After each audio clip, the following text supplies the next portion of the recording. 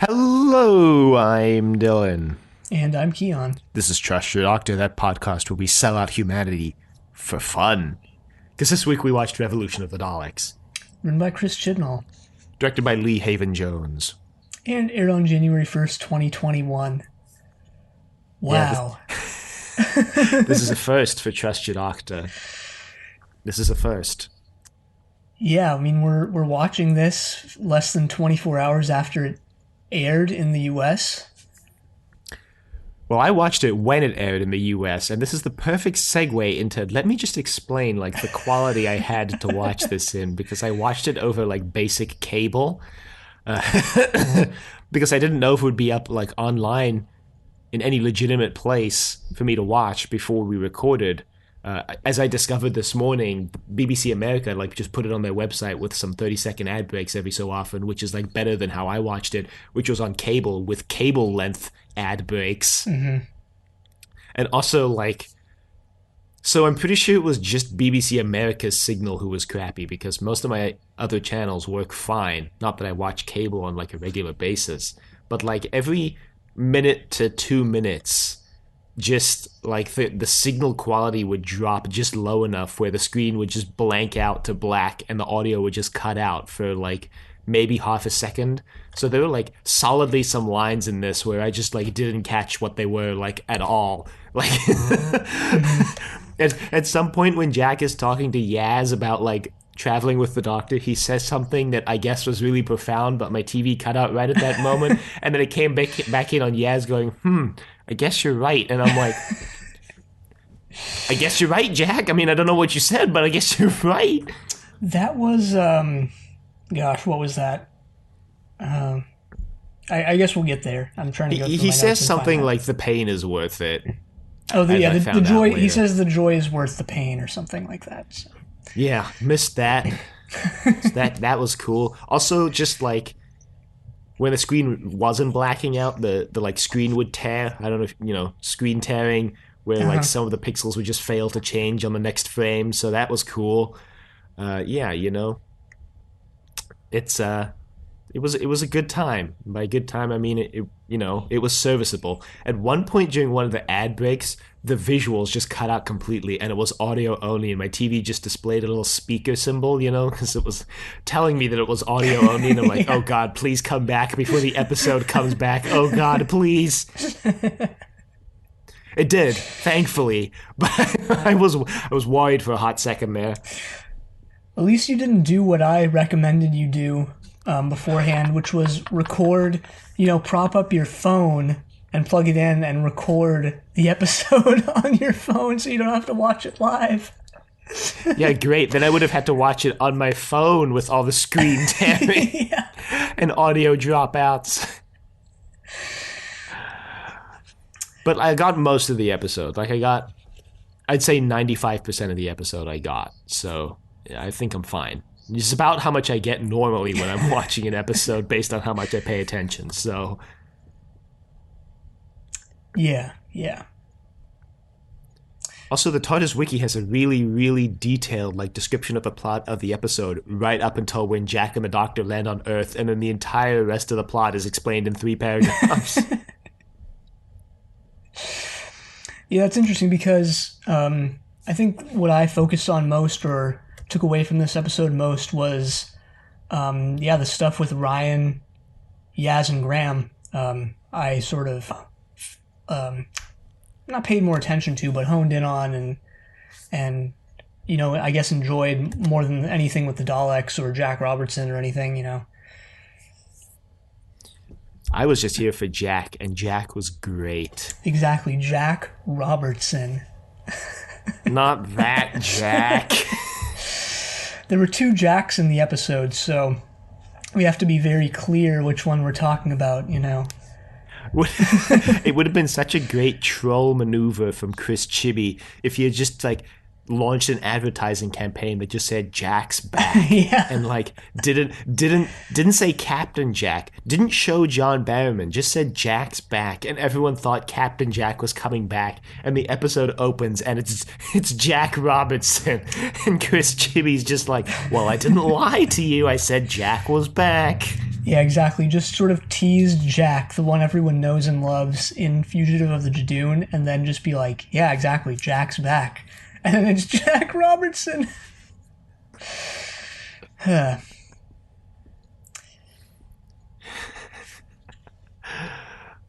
jeez. How about those Torchwood call-outs, though, huh? How about Gwen and her son? You know, we didn't know. I didn't know that Gwen had us. Obviously, you know, we're at the point we're at in Torchwood. We know that she's pregnant, but who knew that it was, you know, a son? And yeah, who knew she survived childbirth? Who knew her son survived childbirth? Who knew, like, they both survived the next unending couple waves of human invasion? Like, you know, there was a lot spoiled in that one line, if you think about it. Yeah, you mean Gwen doesn't die in Children of Earth? Damn it. Yeah, I guess we know that now. Yeah. I mean, we could have guessed, but yeah, I mean, considering how expendable Torchwood characters are, maybe we couldn't have guessed. Oh, well. But anyway, I mean, I don't know. Should we just jump right into discussing the episode at hand? Probably. I mean, I don't have any behind-the-scenes information except, like, they got John Barrowman. What a thrilling behind-the-scenes tidbit that was. Yeah. Well, I mean, it's been so long since we've covered a Doctor Who episode. I feel like I don't know how to do this anymore. Yeah, well, it's like this isn't necessarily behind the scenes, but maybe we can kind of touch on like this, and this is weird also because this is like one of the first times where we're actually like a part of, like, in this, and not like looking back and reading stuff on wikis and such, but like, yeah, John Barrowman, I don't know if you remembered, like, really heavily basically spoiled that he was going to be in this before it was like public knowledge. He was like really heavily teasing it to the point where he basically came out and said like, yeah guys, I'm going to be in it. It's weird that we're now like on the ground, so to speak. We're in right there at the beginning. We're going to be the ones making the fan theories that everybody ridicules for the next year. It's going to be us now for once. That's great. And by great, I mean great. It's finally our time in the sun. It's been a long time coming, but we are now the foremost authorities on Doctor Who. For all dozen people who listen to us. We were also beaten to the punch by, like, at least one, probably 2 or 3 other Doctor Who podcasts anyway, so... Yeah. But it was very... I don't know. I was excited, you know, going into the episode. I was excited. I was like, oh yeah, finally I can watch Doctor Who when it comes out. Yeah, I mean, that's not something we've touched on yet, but this is... I guess it's not for you, but for me it is. This is the first time I've ever watched Doctor Who, like, the day it aired. Yeah, it's not the first for me, but it's the first time I've watched it the day it aired. And then got to talk about it. Right. So... that's exciting. Well, what else was exciting was the sort of Star Wars reference that this episode begins on. This continues the tradition from Praxius. I don't know if you remember, in Praxius they sort of used... it looked like Impact, you know, the font. I think Impact. It is Impact font. It wasn't in this episode unless it was like Impact, like, you know, wide or whatever, you know. But like, yeah, Praxius used Impact or something that looked very similar to it, aka the meme font. And this one just uses also another sort of nondescript font. Nondescript public domain font. Yeah, exactly. When they showed that, to avoid like, paying font royalties. When they showed that, like, overhead shot of Osaka, and then they went, like, down onto the ground and it looked nothing like what we had seen in the overhead shot. I was like, yeah, they probably just went on some like public domain footage site and grabbed some footage of Osaka. Which like ties into the like there was some weird slightly low budget things about this episode. Like the title card, which was just like orange font on black background. Like I don't know if it looked like it to you, but to me just looked kind of like pedestrian question mark. Yeah, plebeian. I mean, this episode obviously, or maybe not obviously, but I think to my knowledge wasn't greatly impacted by COVID, but Series 13 they've already confirmed has been. So maybe some of like the COVID-19 pandemic like factored into this. I don't know. This would have been done long ago, like beginning of the year, I guess, or first half. Yeah, I think I think most of it was finished filming before like COVID was really a thing. I think most of the post-production on this episode was done in COVID lockdown / pandemic mode, so maybe that has to do with why some of the like post-production things like the title cards are a little maybe less polished than they otherwise would be because people had to like work from home to get it all done. And yeah, like you said, season 13's been impacted because I think basically Chibnall said like, well, we're aiming to try and get 8 episodes. Like normally we do 10 episodes a season.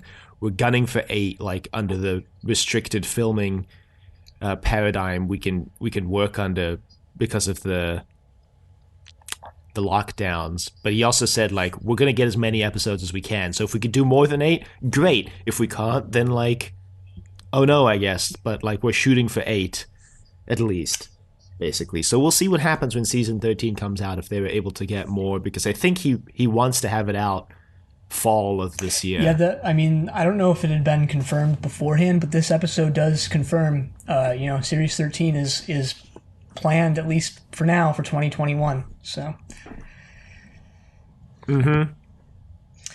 people were there was like a huge amount of vitriol around the 8 episodes thing. People were very unhappy about that, which is kind of mind-boggling.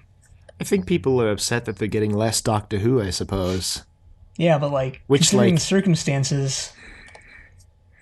Yeah, the fact that we're getting any Doctor Who at all is like, especially when like Chris Chibnall is, in my opinion, aiming to maintain a certain air of visual quality to each episode. Like the Chris Chibnall era does feel very visually professional. Yeah.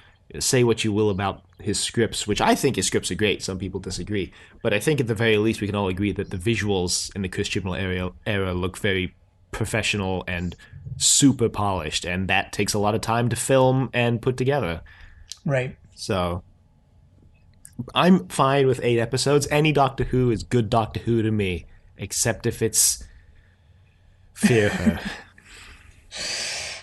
That's something that I was thinking while watching this episode. I was going to talk about this at the end, but since we're here, why not? Why not? Is like probably about 3/4 of the way through the episode, I was like, yeah, I was on board. I liked this episode. I liked it as a special. But I thought to myself, like, man, like, I'm just glad this exists. Like, even if this was a subpar, story, I guess. I mean, as long as it wasn't like garbage, Fear Her, level, I guess. Like, I was just like, man, like, this is pretty cool. Maybe it was just this being my first experience watching Doctor Who the day it comes out, but I was just like, man, like, this is like a pretty cool thing to do. I don't know what I'm saying, to be honest. Well, I mean, I guess I know what you're saying. I'm also having trouble articulating it.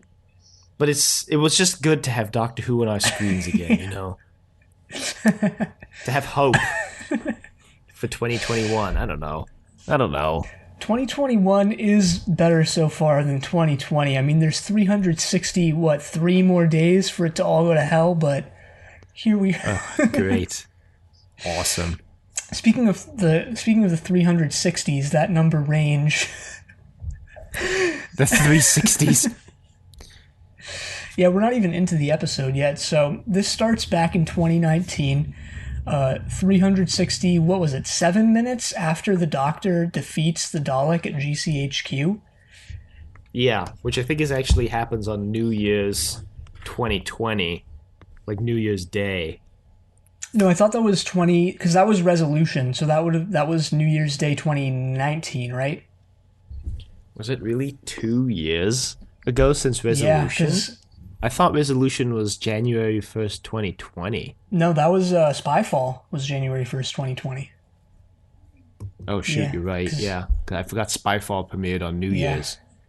Yeah, series 11 was 2018, and then Resolution was New Year's Day 2019, and then and then yeah, I mean it's hard to believe that series 12 was within the past year.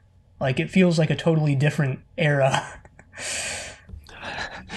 It feels so long ago. Yeah, but I mean it's all been in real time, right? Like the Doctor was away for 10 months, and that's how it's been for us too. Not us, because we watched the episodes about 2 months after they came out, but like, yeah, Series 12 ended in March, I guess. Yeah, I think it was March, and we ended up catching up in I May. think Yeah. May. But anyway, shortly after the Doctor, defeats the Dalek, its casing is transported by the government, I guess, to one of their facilities, or so they think.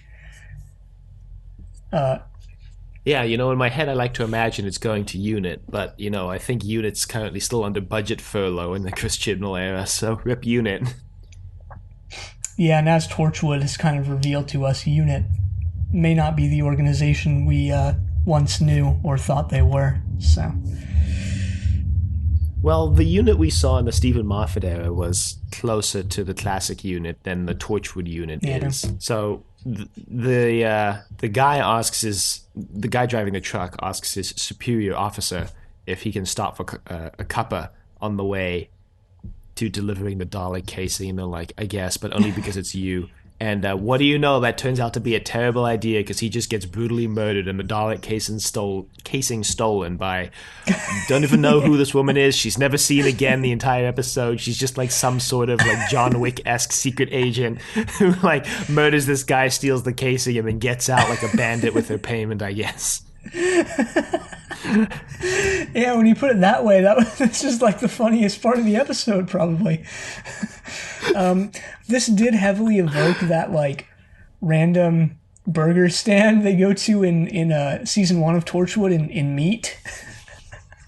Oh yeah, that one with the guy serving them the meat, and was it like Ianta who was like, I wouldn't eat roadside meat if I were you. Yeah.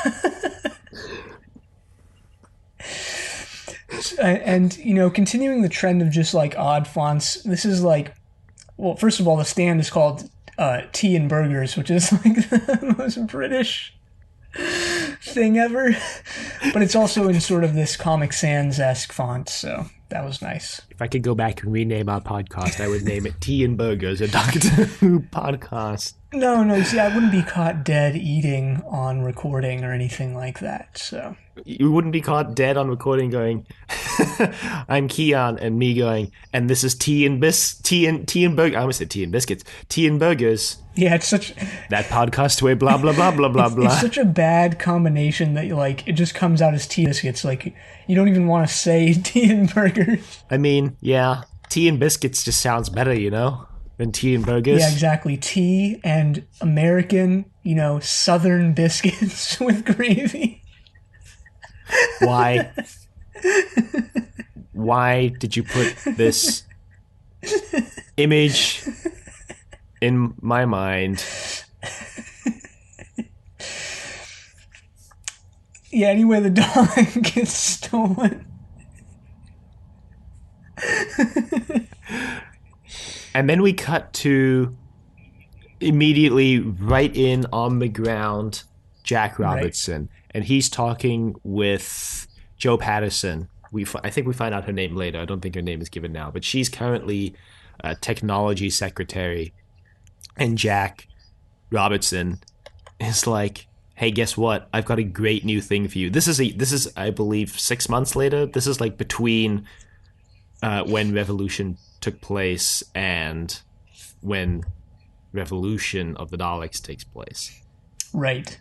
He has this entire sort of plan in mind, sort of to regain his public image, I guess, after his hotel went up in flames or whatever. Yeah, she says something about how like after the hotel incident ruined his public image, he's just been quietly buying up companies in the background. Jeez, yeah. And just building a like empire, I suppose, and staying out of the public eye. Right. So he's enlisted this sort of, I guess, incredibly intelligent yet inept tech guy named Leo. Yeah, he's kind of the stereotypical like TV movie tech guy who's like socially awkward and doesn't really know how to like act around people. Right. But he's sort of reconstituted and rebuilt the Dalek, and the plan basically is to use them as defense drones. Yeah. And Joe Patterson basically says, like, if it ever gets out that I tipped you off to that delivery of alien goods, like, we're both done for. Right, and I mean, I guess as far as the rest of the episode goes, like, yeah, nobody ever technically finds out. I mean, things go horribly wrong in other ways, but, you know. No one finds out except the Doctor pretty adequately guesses. Yeah, it doesn't become public knowledge, I guess, is the thing. Like, I mean, Jack Robertson makes it out of this as sort of a hero. So Jack Robertson makes out of this better than he went into the episode. That was the lesson I learned from this episode, is that you should sell out your friends, sell out the human race, and profit. Lie and cheat your way to the top and nothing will ever go wrong. Right? Yes. That's what we're supposed to learn, right? Well, no, not what we're supposed to learn, but also what is true. Unironically. All right, you got me. It's both what we're supposed to learn and is true. It's what we're supposed to learn is true. Yeah, maybe. I mean, Robertson obviously is supposed to be this sort of, not entirely, but this Trump-esque guy, right? So, like, yeah, I mean, he's this guy who sort of, what's the term? Falls upward or fails upward or whatever? Yeah, he fails upward. Yeah, and like, nothing bad happens at all to him. It's, I don't know. I mean, I'm going to talk about this at the end, actually. But okay. I kind of think that Chibnall's setting up some sort of character arc for Jack Robertson, of all people. The most interesting villain that's ever been on Doctor Who. He does. When I heard he was coming back, or when I saw him in the trailers, I was like, really, Jack Robertson? It was kind of a weird decision to me, but like, yeah, this episode reminded me he has a character to him. Like, he's not all that bland. He's, like, quite amoral, you know, kind of like the Ronnie always was. Would be kind of a mind-blowing reveal if in the Chibnall's final episode just dropped one more big bomb on the audience. It was just like Jack Robertson was the Ronnie all along, and he just leaves the next showrunner to pick up the pieces. Chris, I work for peanuts. Yeah, I mean, it seems like what is sort of being set up here is maybe the sort of redemption arc for Jack Robertson, which is weird, I guess, but yeah, that's where I thought this episode was going, because in a little bit, like, when he finds out that Leo, like, cloned the Dalek, he literally goes, like, this is dumb. You've, like, endangered all of us. Why would you do this? This is a dumb as hell idea, which is a hilarious subversion of what you think he would do, which is, like, great, good job taking the initiative. Now we have even more power. But instead he's just like, why would you do this? Like, no, but that scene, though, he still comes across as pretty sinister, I guess, because as soon as Leo goes, like, it's a living, breathing creature like us or whatever, he goes, like, this thing needs to be incinerated. There's so many, like, obviously this obviously the Daleks are sort of Nazi-esque and always have been since their inception, but like this episode harks back to that origin extremely heavily and like very blatantly and explicitly with the Dalek racial purity and like the incineration and like all of that. Yeah, which I'm sure we're going to talk about when we get there. We're getting ahead of ourselves a little bit, as we normally do. Yeah. But we cut to the Doctor chilling in her cell/sleeping quarters. Right. And basically, we learn her routine is like every day to walk down to the main cell area and stay there all day, and at the end of the day walk home in quotes to her sleeping quarters. Right, and she's been at this for what was it, like 20 years? Is that what it was? Yeah, I think so. I didn't actually write it down. Yeah, it was like, I think it was 20 years. It might have been like 20 months or something. It was a long time. Right. I think it was multiple years, because I think where the 20 is coming from is you're thinking of when Jack shows up. Jack says that it took him 19 years to work his way up to get to the cell next door to the Doctor. Right. Yeah, but it's been a very long time. Right. The trailers, to me at least, hinted that this jail segment would be a lot longer and more important than it was.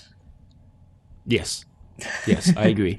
But I actually kind of like that it wasn't, because it allowed us, because I was worried, I guess, that they would fall into this trap where they would have the whole episode like without the Doctor, and then like they would have some cheesy write out like, oh, Graham and Ryan just never met up with the Doctor again, and Yaz Dodo style.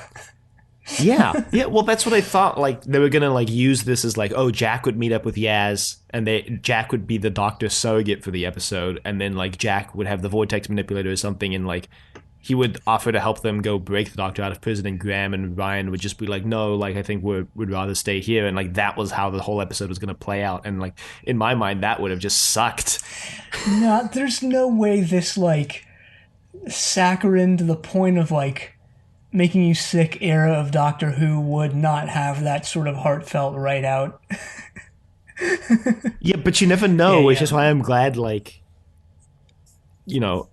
especially with Chris Chibnall, who, like, I think it was very Pete Lambert who tweeted, like, last time Chibnall had to write out 2 characters in one episode, he wrote Exit Wounds, where he just killed off both Owen and Tosh. So, like, you can never know with Chibi, Wild card. Maybe it wasn't Owen who was the wild card all along. It was Chris Chibnall. Yeah. A little bit though, with Timeless Children, a little bit. Yeah. And also like how he just keeps everything under wraps for like as long as possible.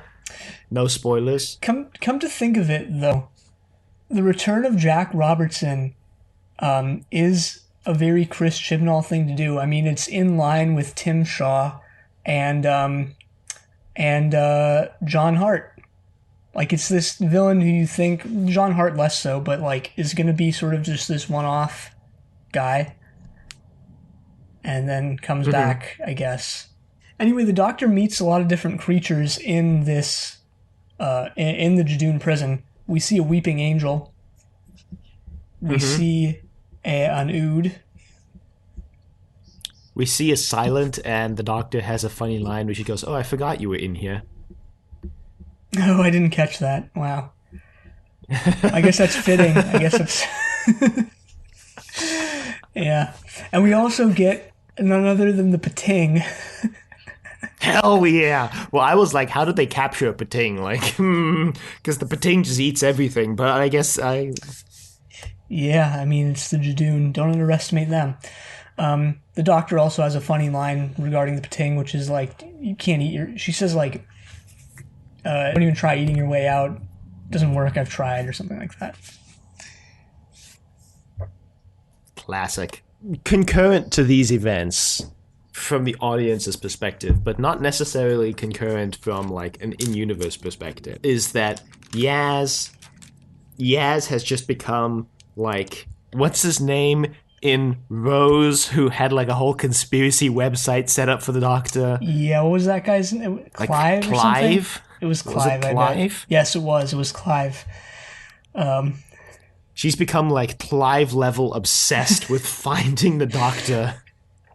And Graham and Ryan are like mildly concerned, or maybe not even mildly concerned, like somewhat majorly concerned about this. And they're like, Yaz, like, it's been 10 months. Like, I think the Doctor would want us to go on with our lives. Have you been sleeping in here? And she's like, yeah, maybe.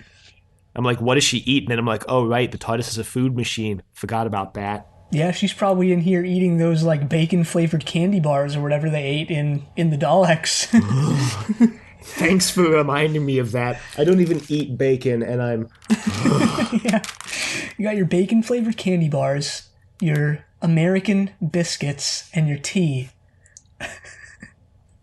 And your burgers. I jokingly predicted that Ryan and Graham would become conspiracy theorists in our prediction blog thing, which we're going to trust us or hold on. We're going to go through our predictions and see which ones we got right and which we got wrong. Spoiler, we got all of them wrong pretty much except for one. But no, I mean, Yaz really has sort of just become this, she's become obsessed.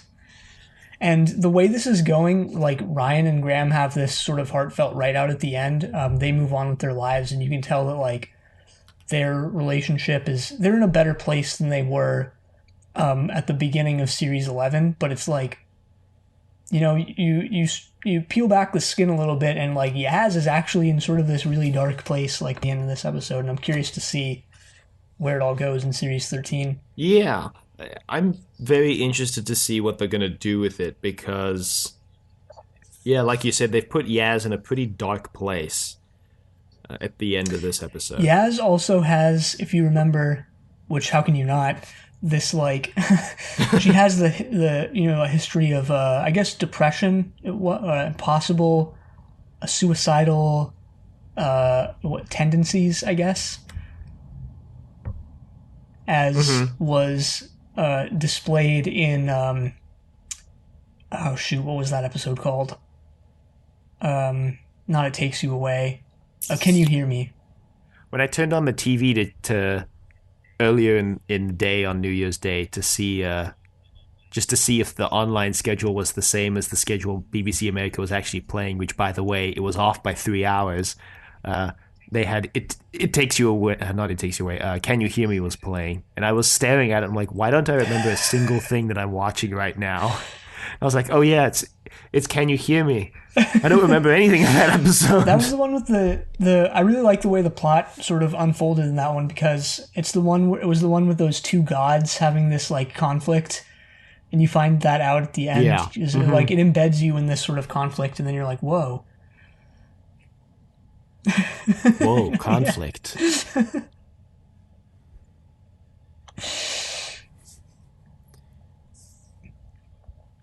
Anyway,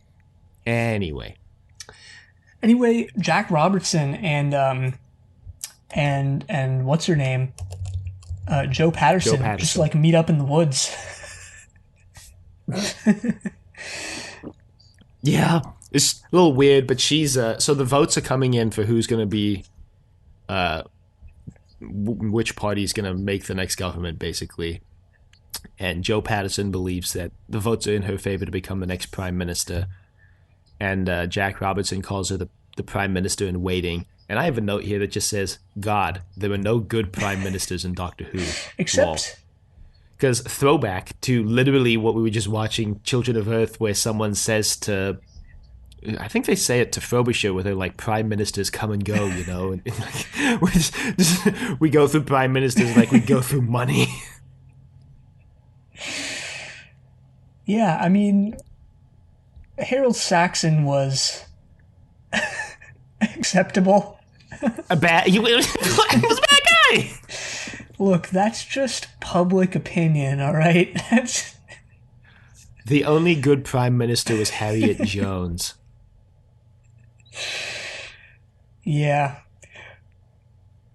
What if Series 13 truly reveals, like, corruption and scandal within the Harriet Jones administration? Well, we already know Harriet Jones just gets taken down by the 10th Doctor when he's like, oh, does she look tired to you? Well, I don't remember that whatsoever. What was that from? The 10th Doctor's very first episode, The Christmas Invasion. Oh, yeah. Yeah, wow.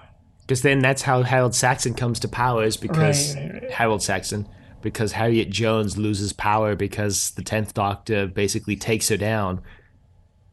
Which I still think is like the coolest unintentional like tie together of an entire Doctor's era, where the 10th Doctor causes his own demise within the first 2 hours he's alive.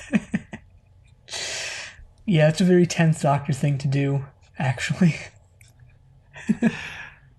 You know, the TARDIS wiki probably has a page on like all of the prime ministers in the Doctor Who universe. I love when a real prime minister just occurs in the Doctor Who universe briefly, like Tony Blair is just a prime minister in the Doctor Who universe, just among such greats as Harold Saxon and Harriet Jones, and then it's like Tony Blair.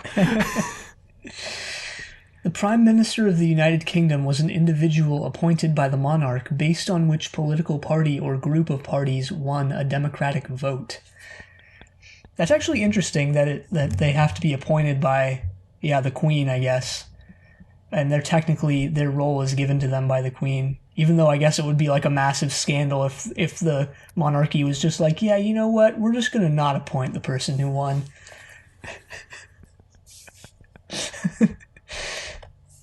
That's the thing, I believe we've talked about this before, but like, I know very little about British politics and history, but I feel like, if the monarchy like ever used their power in the modern day, like, changes would just be made so that they could never do that again. I don't know, like, I don't even know if the cabinet would have the power to create any sort of checks on the Queen's power. Like, I don't even know enough about British politics or governmental systems to know if that's like civics, I guess, British civics, to know if that's even like allowed. No, but it would just be like this sort of like de facto thing, right? Of like people just banding together and being like, yo, like you can't do this anymore. I don't know, maybe that's just my conjecture, I guess. Man, this TARDIS wiki page on the Prime Minister of the UK is great. Because it's attempting to reconcile, like, there are some prose stories that are set in, like, quote, modern day, unquote, and so, like, have the, like, real Prime Minister, like Theresa May and Boris Johnson, and then it's just, like, Joe Patterson becomes Prime Minister. Well, speaking of people who should and deserve to be Prime Minister, Jack shows up at the Jadoon prison. Harkness. Jack Harkness, yes. And the Doctor's sort of caught up in the whirlwind, I guess, that Jack inhabits. He has a device that can like stop time, and they can basically, I guess, make time and space irrelevant to the people contained within the bubble. Yeah, it's another gizmo. Yeah.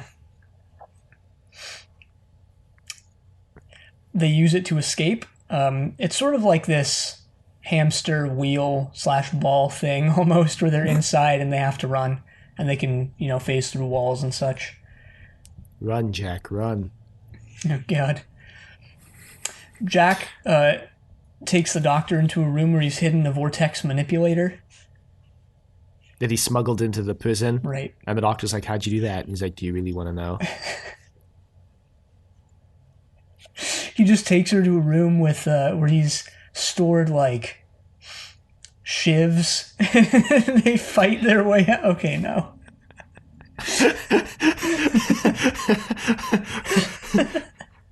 It just turns into the most violent, visceral, bloody episode of Doctor Who ever made. Speaking of which, we skipped over, like, I wanted to mention this when Jack Robertson is introducing the Daleks to Joe Patterson for the first time. He says, "We've got something revolutionary to show you." And then it just smash cuts to, like, people rioting, like, down below. And I'm like, all right, a little bit on the nose with the editing there from the word revolutionary into these people, like, rioting in the streets. But okay. Okay. Yeah, we totally skipped over that scene. This is the first bit where they demonstrate the Daleks' like security potential, quote unquote, and that's actually what prompted Graham and Ryan to visit Yaz, which is that the footage leaked, and they're like, "Yo, like, look at this, it's a Dalek." Yeah, the only 3 people on Earth who remember who Daleks are, because like Torchwood, the question of who knows what a Dalek is like consistently left up in the air. Yeah. especially somehow after the Daleks have invaded Earth multiple times by this point. Yeah, and the fact that there are companions living on Earth who have experienced the Daleks and who know who they are. Yeah, like...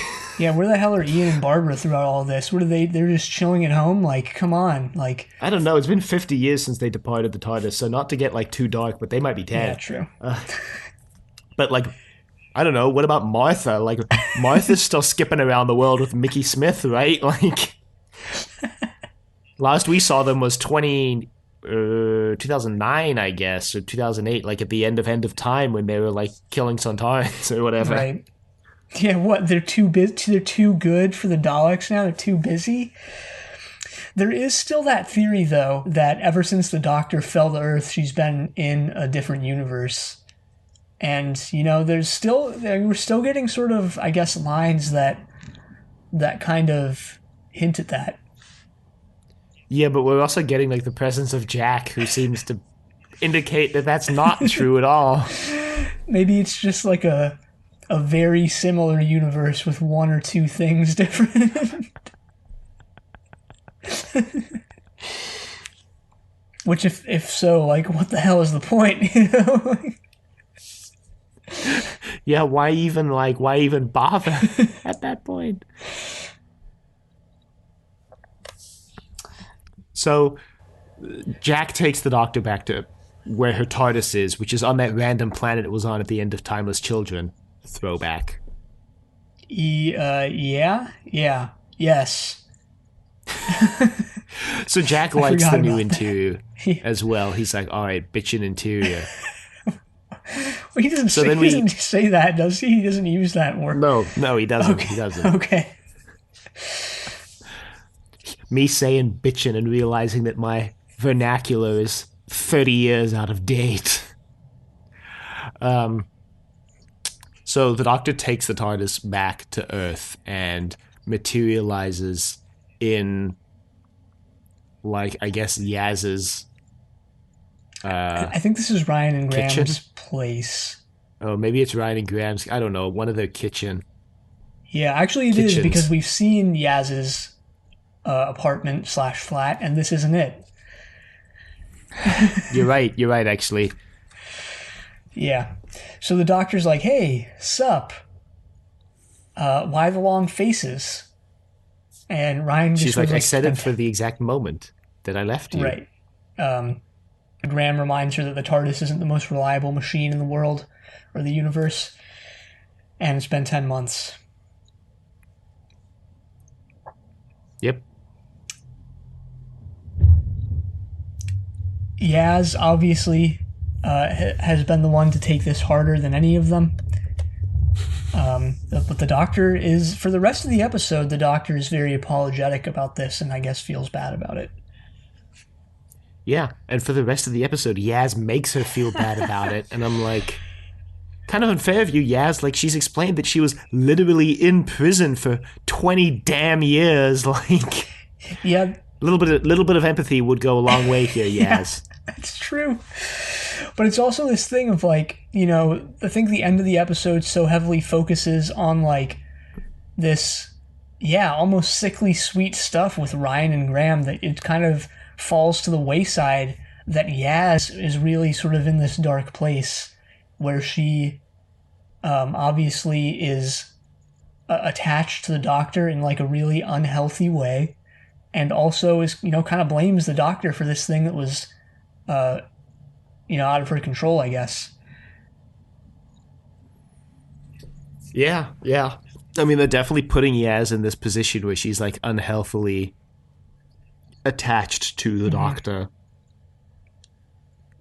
And it's going to be interesting seeing where that goes with her being the only companion with the Doctor, at least for a little bit until surprise John Bishop joins the team. Right.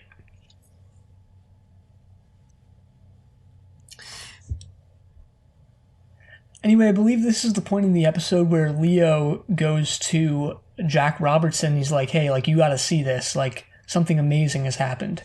And he sort of takes them... I've cloned the Dalek. Right, he takes him into this sort of back room. And he's like, yo, there was some, like, organic material in the Dalek casing, and I grew it in, like, a petri dish, and here it is.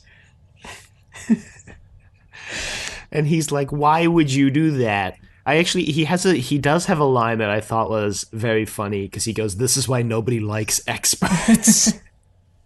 And I was like, you're right. You're right.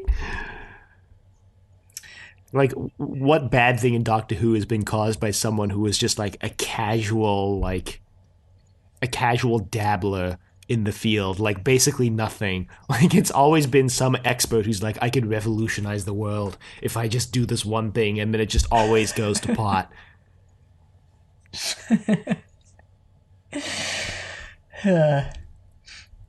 He tells Leo to incinerate the Khaled, which he surprisingly does.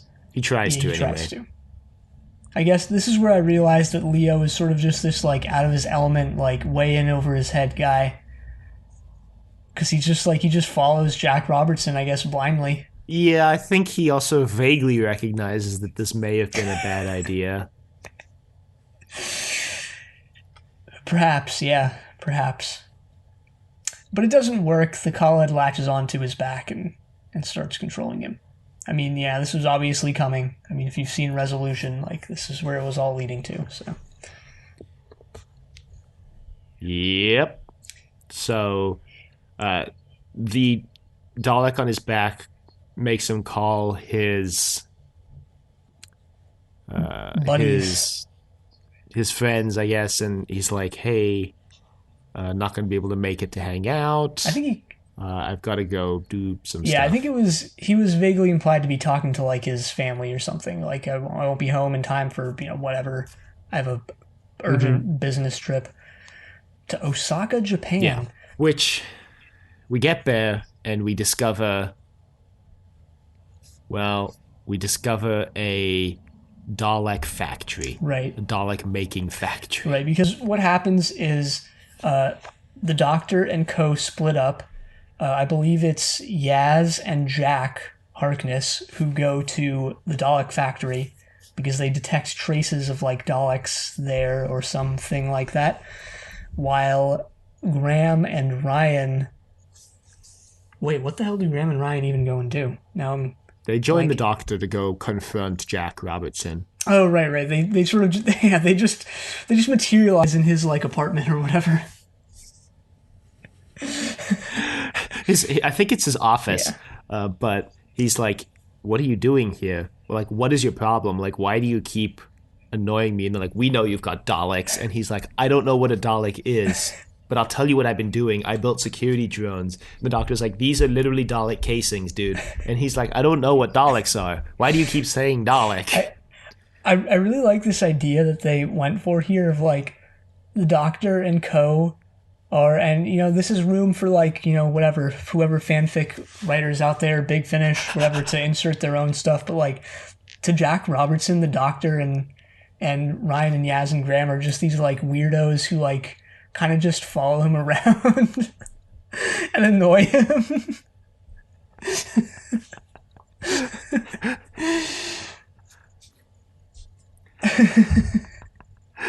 And then he gets to go into the TARDIS in this episode, and he's like, "What's going on?" And Graham, I think Ryan asks Graham, like, "Should we explain it to him?" And Graham's like, No, it's better watching him, like, try to figure it out and be confused. Which it is. He's right.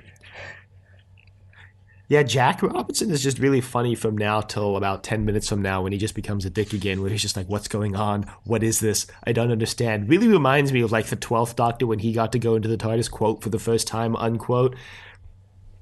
And he's like, oh my god, it's so big on the inside. My whole understanding of spatial reality is shattered. Like, that's.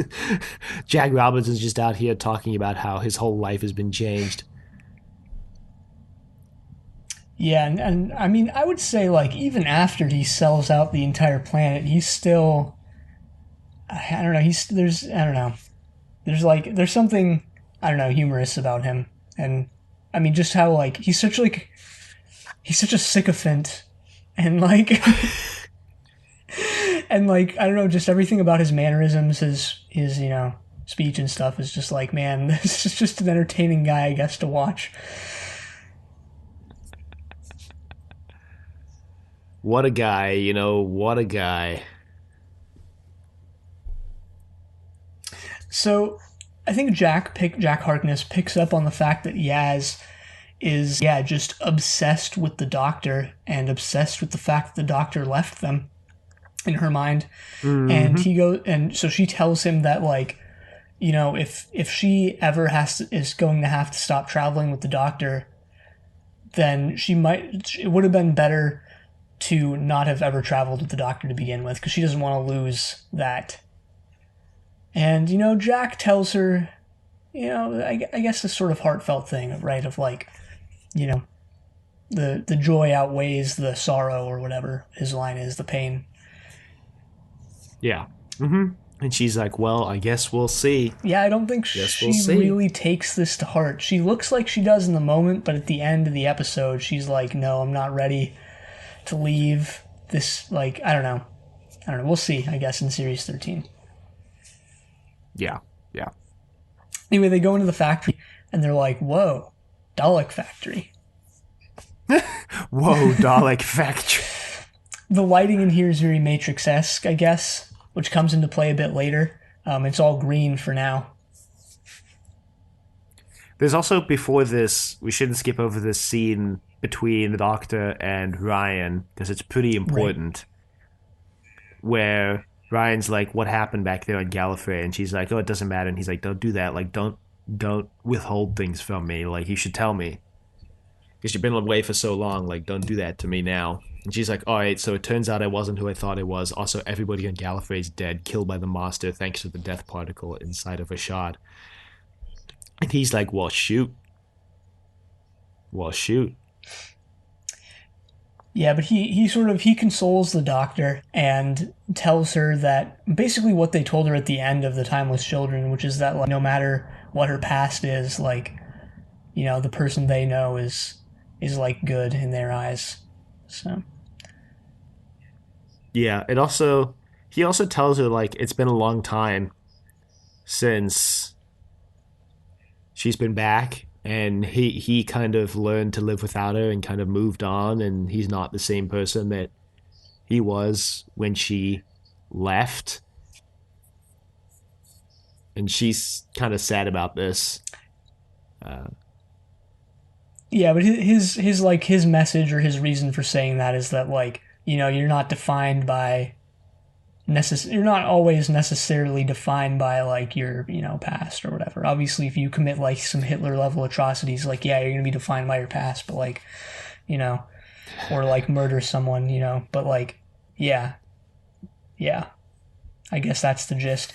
I really liked this scene. This is, like, this I think the only time I can actually think of in the entirety of Doctor Who where, like, the Doctor and one of her companions have this, like, heart to heart, and it's one of them consoling the other, whether it's the Doctor to the companion or the other way around, and it doesn't feel like one is, like, looking down on the other. Yeah, they're very much equals in this scene, and I think that's one of the things that Chris Chibnall, one of his strengths is interpersonal relationships like this. I mean, we've seen it a lot in the Torchwood episodes that he's written, and things like 42, the relationship between Martha and the Doctor, and between, like, the people on the spaceship and each other. And Hungry Earth and Cold Blood, like one of his strengths is his strengths are definitely these like quiet, so to speak, scenes between two of the main characters. Definitely, yeah. So anyway, then what happens is that they go and they're like, "Whoa, a Dalek factory." They all meet up there eventually. Ryan and Graham and the Doctor also make their way there, and Leo, being controlled by the Dalek or the Khaled, is there, and he sort of has this like mustache twirling like villain moment where he goes like, "We've been liquidizing humans." Ha ha ha. Well, okay, it's a little more complex than that because they're like, oh, so they're talking to the Dalek from a year ago or 2 years ago from Resolution, and he's like, so yeah, I basically hacked into your systems, I hired people to build this factory, and then the Doctor's like, so what'd you do with the people? And he's like, we found other uses for them, and then just like grabs a nearby food pipe that's pouring out some gunk, and Jack goes, you're feeding humans to Daleks, ugh. Yeah, I mean, that's not like overly gross, right? Like, it's not cannibalism or anything, it's just, it's just one species eating another, similar to how, we humans eat various livestock animals. Or like you humans. All right.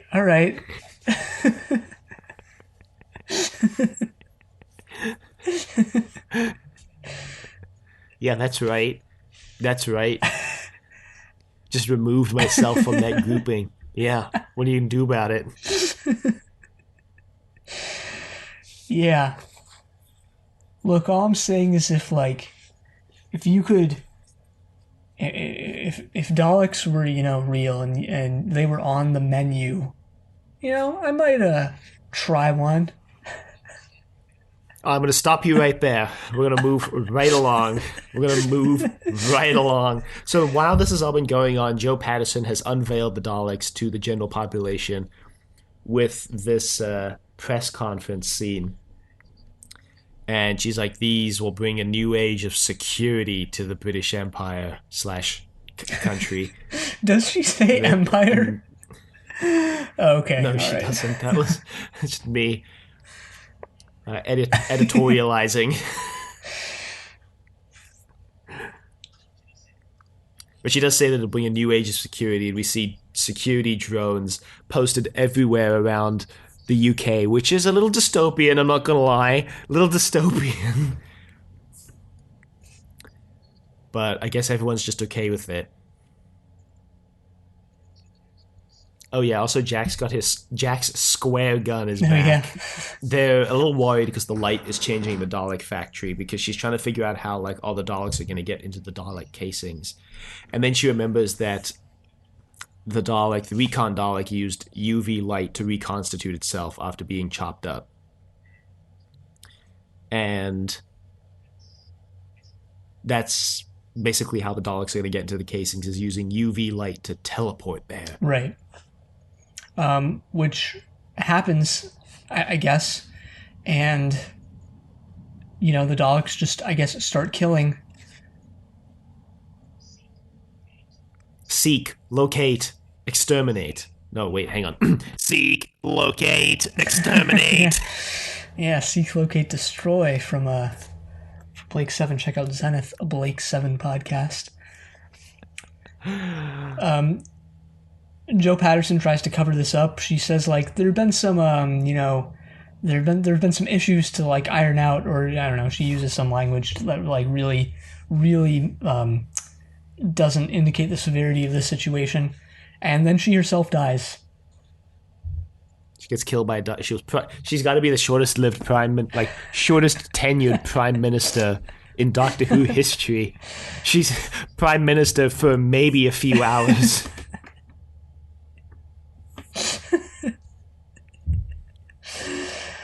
Oh, God. So then the Doctor comes up with this great plan to stop the Daleks, and Jack's like, you're not thinking what I think you're thinking, right? And she's like, I am thinking what you think I'm thinking. And he's like, no, you shouldn't be thinking what I'm thinking you're thinking. And she's like, well, too late. I am thinking what you thinking. I'm thinking. Right. And then Yaz is like, what are you thinking that she's thinking? Oh, we didn't mention that Leo dies. Yeah, but he was such a non-factor. Besides setting everything in motion, Yeah, I mean, besides like being a big factor in causing all of this, like, oh yeah, you're right though. Like the way he's kind of done and done in. God. But yeah, the Doctor's plan is this like weirdly suspect like thing that I guess works in the end, but is maybe not the best idea, which is that she's going to call in more Daleks to defeat the current set of Daleks. Yeah, she's going to call in the what does she calls call them? them? The SAS of Daleks. I don't know if they actually have their own name, but no, they've got like as a division, they've got a name. She calls them something like the security Daleks or something like that, but not that. You know what I'm saying? Yeah. Well, let me just scroll through the wiki page here. Found it. It's the Death Squad Daleks. The Death Squad. And it's the return of everybody's favorite Dalek design, the Bronze Daleks, who we haven't seen in literally years. I mean, when was the last time we saw them? According to TARDIS Wiki, twice upon a time, but I genuinely don't remember like their appearance in that, unless it was like a cameo appearance. I mean, they do go to... Was that... God, now I'm completely forgetting this entire subplot. Was what's its name a bronze? I guess Rusty was a... Yeah, I guess Rusty was a... Yeah, alright, I guess. I guess.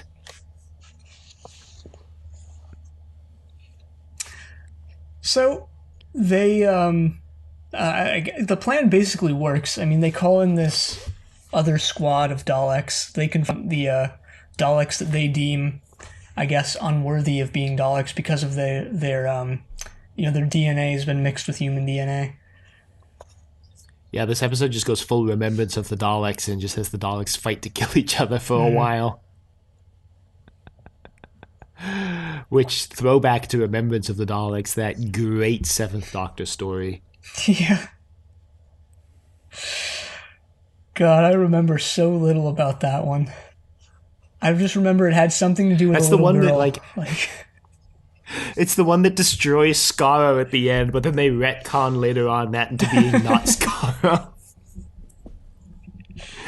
It's the one where Davros has his own, like, squad of Daleks, and then, like, the real Daleks are, like, you're impure Daleks because Davros is, like, out. Like, we don't believe Davros. We don't follow Davros anymore. But the Davros Daleks are like, but Davros is our creator. And they're like, yeah, well, screw you. So they go to war on Earth. Right. Also, the Hand of Omega appears in that episode, and that's what the Doctor uses to wipe out Skaro, if I remember correctly. Yeah, I'm getting sort of the bits and pieces, yeah. And the little girl is like a proxy for like the Supreme Dalek, who just is revealed to just be Davros, like in a giant orb. Yeah, that's the one visual that I have of that episode is Davros in that like orb throne thing. Yeah, the first 3 episodes of that story, you're kind of like you can ignore them because everything happens in the 4th one. I mean, we joked about that before, like. Every classic Who story is like, you watch, whether it's 4 episodes or 6, you watch the first 2, and then you can just watch like the last 5 minutes of the last one.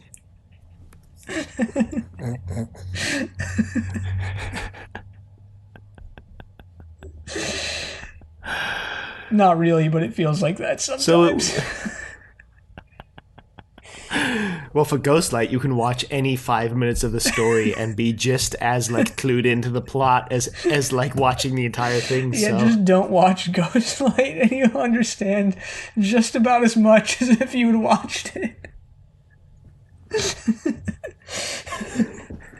I feel like Ghostlight wasn't even that confusing. I feel like it's just kind of become a bit of a meme. No, I definitely think if we were to rewatch Ghostlight, like, I don't think it's as confusing as we remember it being. I think we were just like in that era of like what we considered to be like blah Doctor Who, and then also it was slightly convoluted, so we just went like it just became so overblown for us at least, but whatever. I do remember that it was the Doctor taking Ace back to this house that like had traumatized her as a kid. Yeah.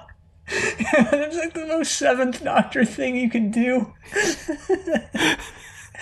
Oh, besides revealing that you've been using your companion for mysterious ends in Image of the Fendal.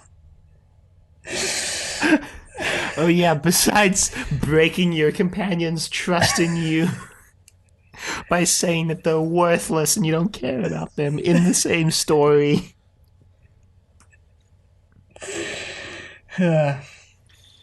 Yikes. Anyway, Jack decides to sell out humanity. Harkness, not Robertson. No. No, Robertson's just like, look, maybe they'll like the information I have to give them, so I'm going to go give it to them. The Doctor's like, whatever, man. Right, so he goes and he tells, the Daleks that, he can give them vital information about the Earth and which they can use to take over. Yeah. So he asks to be taken to the leader, who is just another bronze Dalek who looks exactly the same as all the other ones. And they're like, this is the leader. This is the head Dalek. And he's like, oh, all right. So he tells them that the Doctor was the one who called them there. And they're like, the Doctor is an enemy of the Dalek race. Mm-hmm. Meanwhile, Jack, Graham, and Ryan are... Is it... Yeah. It's Jack and it's Graham and Ryan. Yeah. On the ship, getting ready to blow it the hell up. Ryan and Graham have basically the last one of their little moments together where Graham is trying to be cool and Ryan is just like, no, stop. So he sets up the bombs. Jack falls out of favor with the Daleks immediately. So he catches up with them, and the Doctor's trying to figure out a way to get rid of the Death Squad Daleks, and she comes up with this plan, and she asks Yaz to trust her, and Yaz is like, no. And the Doctor's like, look, I'm not going to leave you behind again. That was a one-time thing. And also, still not my fault. Still, trapped in prison. TARDIS being screwy. It kind of... The TARDIS coming back 10 months later, right when the Daleks show up, harkens back to the Doctor's wife, when the TARDIS is... what was her name? The woman... I do not remember something. Whatsoever. And the TARDIS lady tells the Doctor, I've never... Well, the Doctor says, you've never taken me where I want to go. And the TARDIS responds with, well, yes, but I've always taken you where you need to go. And that's kind of what happens here. The Doctor wants to go back to pick him up 10 months ago, but the TARDIS is like, no, we need to beat the Daleks. Right. Yeah, that bit of lore, not lore, but that bit of info that Neil Gaiman decided to weave in there.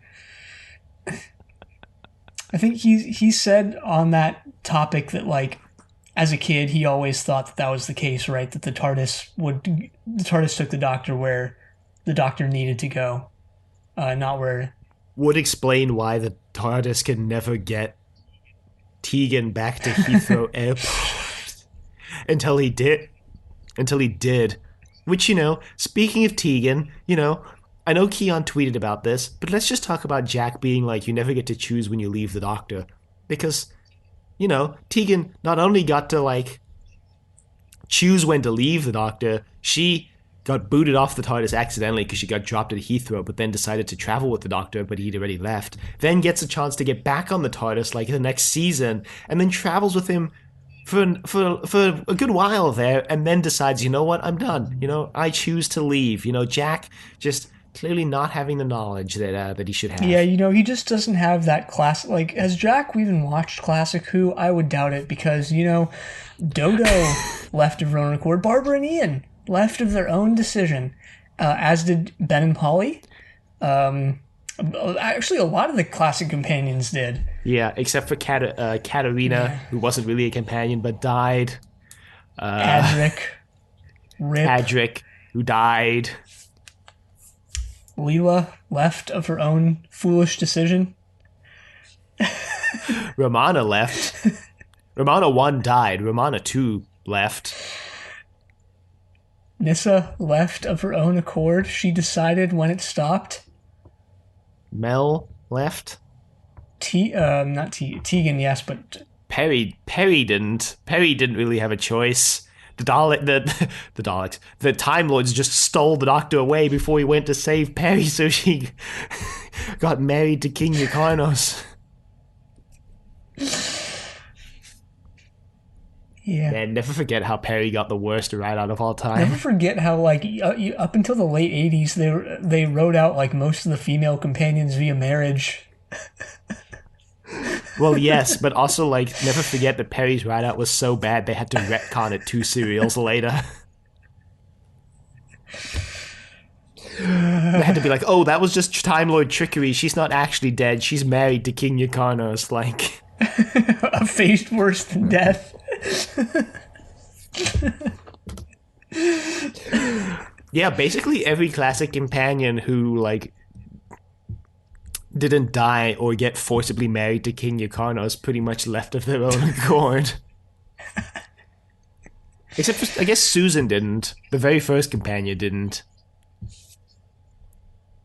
Sure, yeah, she kind of did, I guess. She was in love with David, but the Doctor shut her out of the TARDIS, and Susan was like, what are you doing? I want to come with you. And the Doctor was like, no. In a much more eloquent way than that, he doesn't just go, no.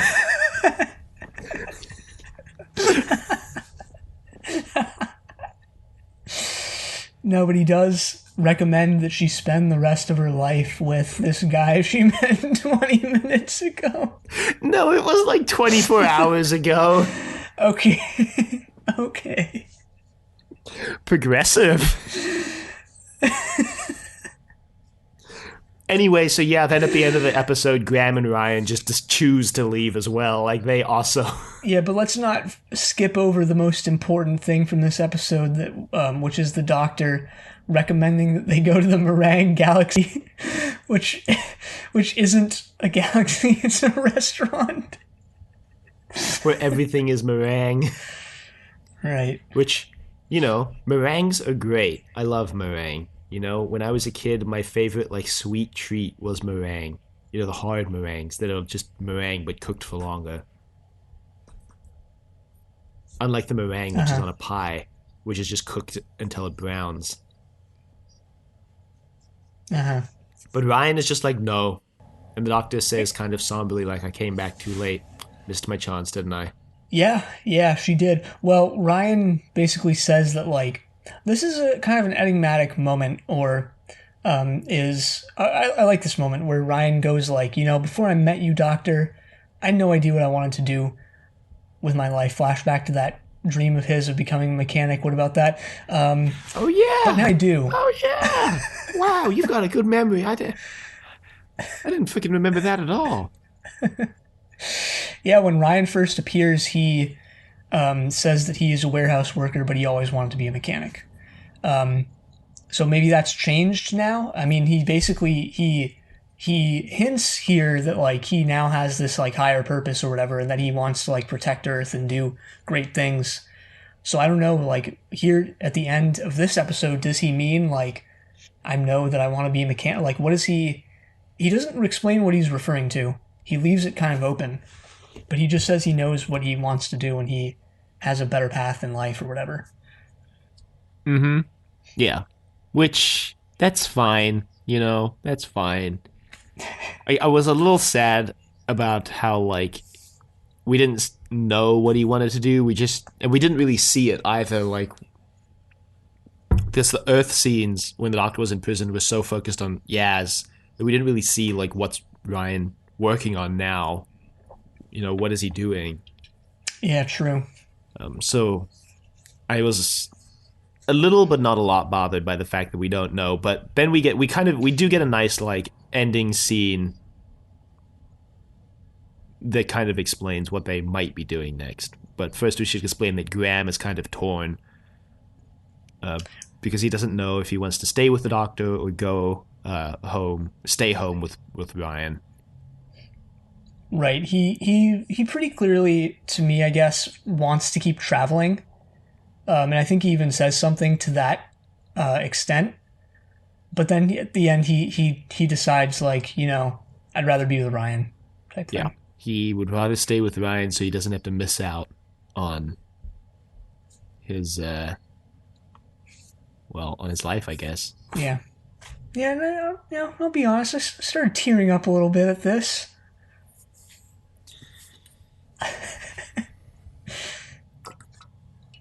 Sips tea.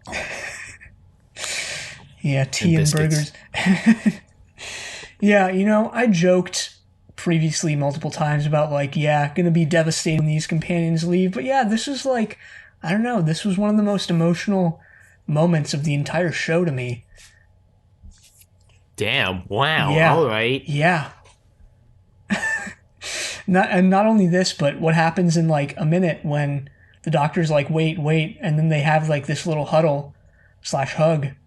Group hug. Oh yeah, we should mention that at this point, I think Jack left. Yeah, Jack has left. He's the Doctor asks him to give her regards to Gwen and Gwen's son.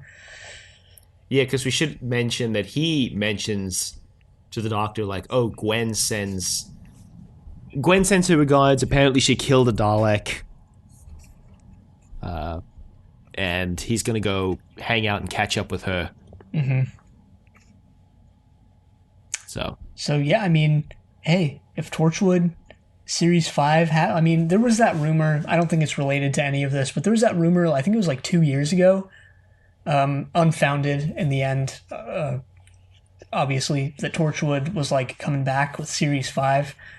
But, I mean, hey, like, if this is sort of a hint, I'm there. This seems like a heavy hint. Like, I mean, I don't think necessarily it's coming back, but, like, it seems to be like a pretty heavy hint where it's like, so Gwen's still alive, by the way, just letting you know. Yeah, I would doubt that Torchwood is, actually coming back, and I don't think there's been actually any information that wasn't just baseless rumor to indicate that it was.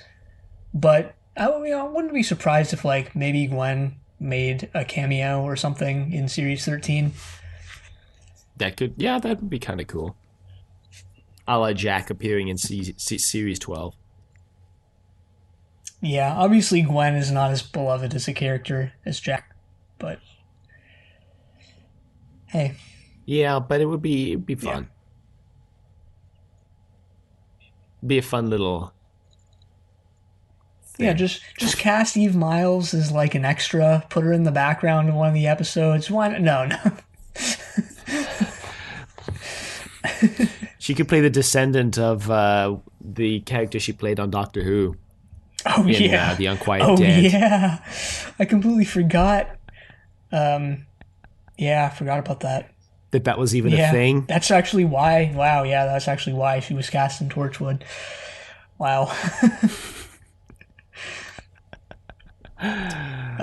Throwback. I'm getting those deep cuts here on Trust Your Doctor this week. No, but yeah, I mean, I really like this moment where, I mean, again, I've said this more times than people have needed to hear, but, like, this is my favorite TARDIS crew. These are my favorite companions, like, this group and this Doctor, and, like, yeah, just seeing them not fall apart, not get torn apart, but just seeing them come apart like this, man, wow. And they have that, like, that whatever you want to call it, huddle or hug or whatever, like, oh man, really got to me. Group hug. Yeah, and the Doctor mentions that they're the fam, like, one last time. Man, really brought a tear to my eye. As did what happens immediately after that, which is that we go right back to the beginning. So, right back to how the Series 11, I guess, started, with Ryan trying to learn how to ride the bike.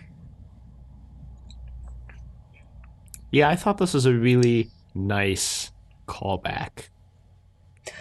I did as well. I'm always a sucker for like beginning or ending where you began type thing, but with like greater outlook on life or something, whatever this is.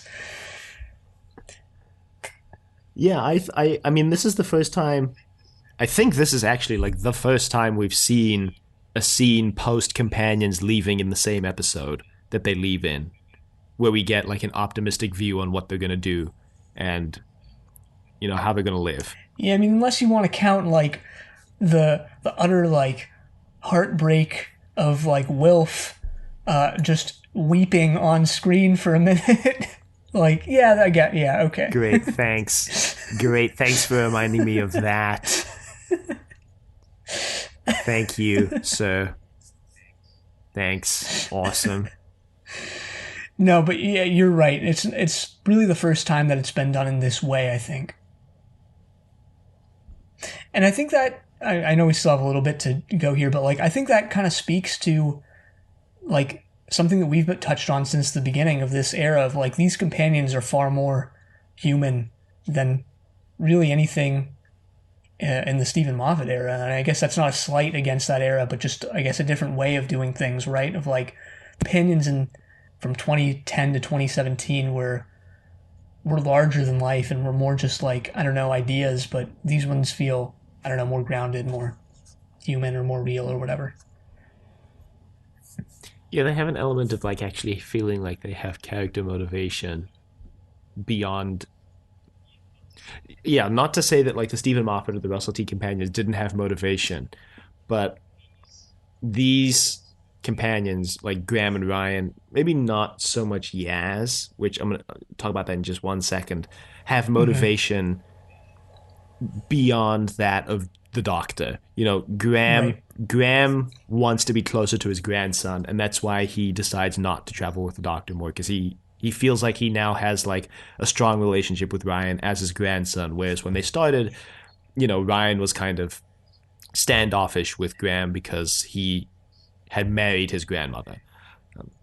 Ryan has like motivation outside of the Doctor, where at the beginning, like you said, he wanted to be a mechanic. Now we don't know necessarily what he wants to do, but he's trying to ride a bike, and he's got like aspirations and dreams and goals outside of the Doctor. A lot of the like Stephen Moffat companions, like Amy, was traveling with the Doctor because she thought the Doctor was hot.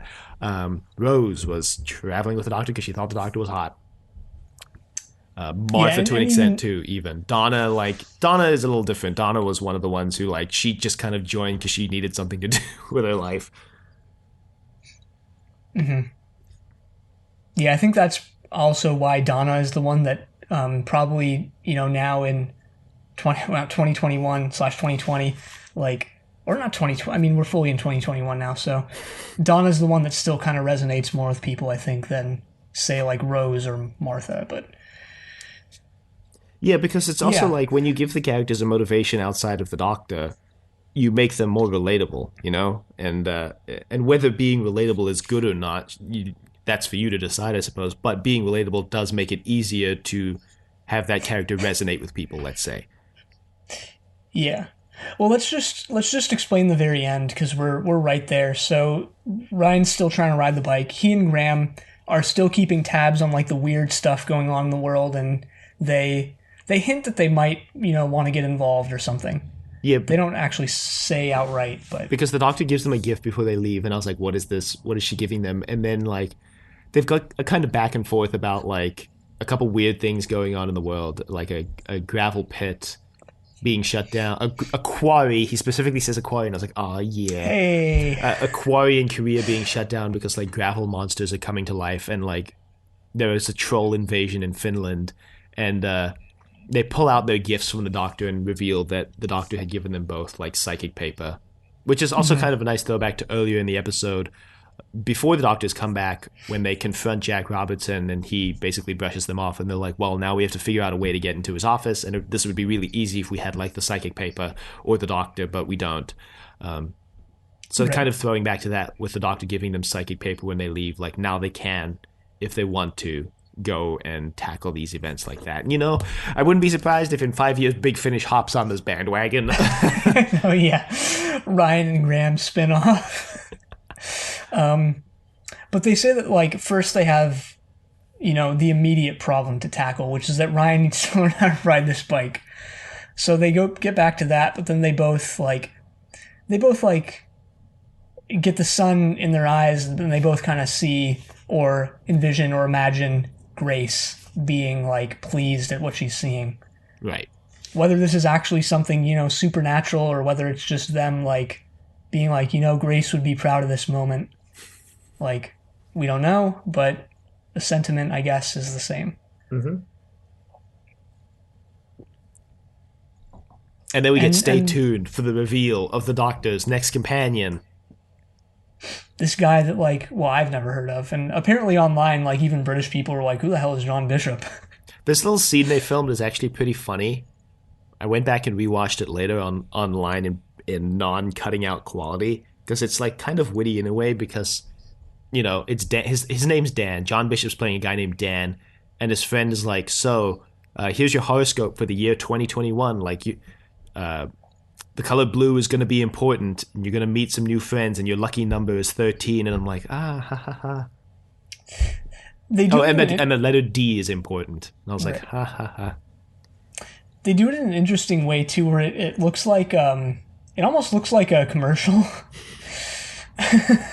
at first, and then you realize, oh, this is the teaser. Yeah, it's a kind of throwback to like when they released a teaser about Bill. Bill is another companion who like had motivations outside of the Doctor. She was a student. She was working her way up. She had a crush on the lunch worker, so on and so forth. The oil.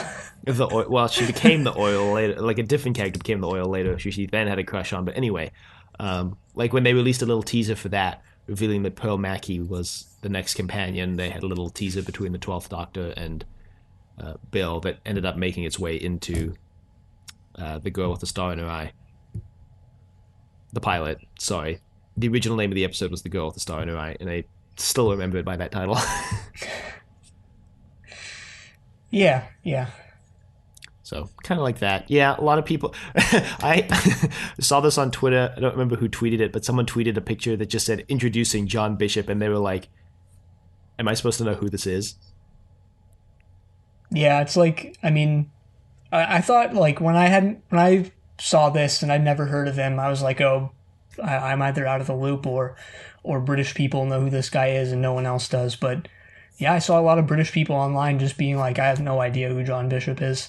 But apparently he's like a comedian, so. Yeah, and interestingly, the way that they shoot this frame that says, and introducing John Bishop, I don't know if it was just me, but did it remind you like a lot of, like, and introducing Joe Martin as the Doctor, and like, and introducing John Hurt as the War Doctor. Oh yeah. Like the only other times they've done these introducing frame is when it's a character playing the Doctor. So I almost thought it was going to be like an introducing John Bishop as the 14th Doctor who will be traveling with the 13th Doctor next season. Get ready. Yeah, I thought for like a solid 5 minutes that this was, 14. Like, yeah. That'd be such a mind-blowing revelation at the end of series 13, which may be 13's last season. I don't know. The historical average has been 3 seasons per Doctor. She like regenerates just into like John Bishop, and everyone's like, what? Yaz is sitting there like, what's going on? Yeah, John Bishop doesn't like actually appear for the entire season, but he's there, at the end or whatever. God. John Bishop just got diagnosed with COVID like 2 days ago, so hopefully he's staying safe. Yeah, hopefully. Wow. So I guess it's time to polish off our Ryan and Graham retrospective. Haven't done one of these in a while. Yeah, well, I mean, we just did one on Torchwood for Ianto, or not. Oh my God, I keep saying Ianto. I keep thinking that Ianto died instead of Owen. That's how like much of a non-factor Ianto is. Like other people die, and we're like, yeah, freaking Ianto died. It was sad, but he's still there alive. I think I covered pretty much everything I wanted to say about Ryan and Graham, talking about how they had like personalities outside the Doctor, and I'm going to miss them for that. Yeah, the one thing that I think I still want to touch on is really quick, like right at the end. Ryan doesn't reveal what he now aspires to, really, or explicitly, but like like him riding the bike at the end is such a nice touch because throughout the beginning of series 11, he always had these moments where his like what was it, dyspraxia, I think it was, that he had. Like, Yeah. he was like, he felt defeated by it. He was like, no, I can't, do whatever it is that we're doing because of this, and like I'm never gonna be able to. But here at the end, like I guess his travels with the doctor inspired him to like try and get back on the bike one more time, or like not give up on being able to yeah, I guess aspire to overcome not his faults, but like what I mean. Yeah, overcome his his dyspraxia. I don't know if you want to jump into stuff about Yaz, but it's like in a way, yeah, I think Ryan and Graham and Yaz are almost sort of this like meditation on what came before, with the characters being so heavily attached to the Doctor. Because Ryan and Graham had this experience of like they were able to let the Doctor go, and that's portrayed in like a like questionably positive light at the end in this scene, and yet Yaz is actually more similar to the previous companions whose entire character was completely tied to the Doctor, but this era of the show is saying like no, that's actually kind of a bad thing. Yeah, that's actually interesting that you would bring that up, because that's actually exactly what I was gonna mention about Yaz, that she is closer to someone like Rose or Martha, uncomfortably, but definitely unhealthily obsessed with the Doctor. And a lot of people gave Chibi and Yaz as a character kind of gruff, shall we say, for it seeming like Yaz doesn't really have a character outside of the Doctor. And I think you're right, actually, that one of the things that perhaps this next season is going to explore is that was kind of an intentional decision, because we're going to explore how that can actually be a bad thing. We're going to explicitly see that, and we're going to see maybe a mild critique of the like Rose-esque, Amy-esque, and to an extent maybe even Clara-esque companion who basically just lives for the Doctor and has no aspirations or goals outside of traveling with the Doctor. And we get a hint of that in this episode when she talks about like, I would rather have never traveled with the Doctor at all than to travel with her and then lose that. Right. And just even Jack in that moment is like, all right, buddy, that's going a little bit far. Yeah. Yeah, I mean, this era is all about like that sort of slow burn. Like we didn't like. There's so much yet to, or like the more you watched, like, and this feels so different. It's weird to say, but this feels so different than previous eras of the show, where it's like you almost know everything right from the beginning. Where it's like at the beginning we're like, all right, who's this Yaz person? She doesn't really have a character. More into Ryan and Graham. And then later you realize her backstory and you're like, oh my god. And then later you realize like what they might be going for with Series 13 and all this stuff. And you're like, oh my god. Yeah, I mean, it's interesting how it's dark, but like how it's interesting how Chibnall approaches the companions, and how we've had like there is a complete story arc for Ryan and Graham, and Yaz, we've had flashes of character development, and this episode, more so than most others, has revealed what her character arc is going to be, and or what it's going to be related to, and that's going to be related to her either learning to let go of the Doctor or her potentially dying. This might be leading up to her death. There are shades of the 12th Doctor in 13's reaction when Ryan leaves, because she does say, I could go back 10 months, I could change time if I wanted to. And Yaz says something like, you're talking to yourself, Doctor.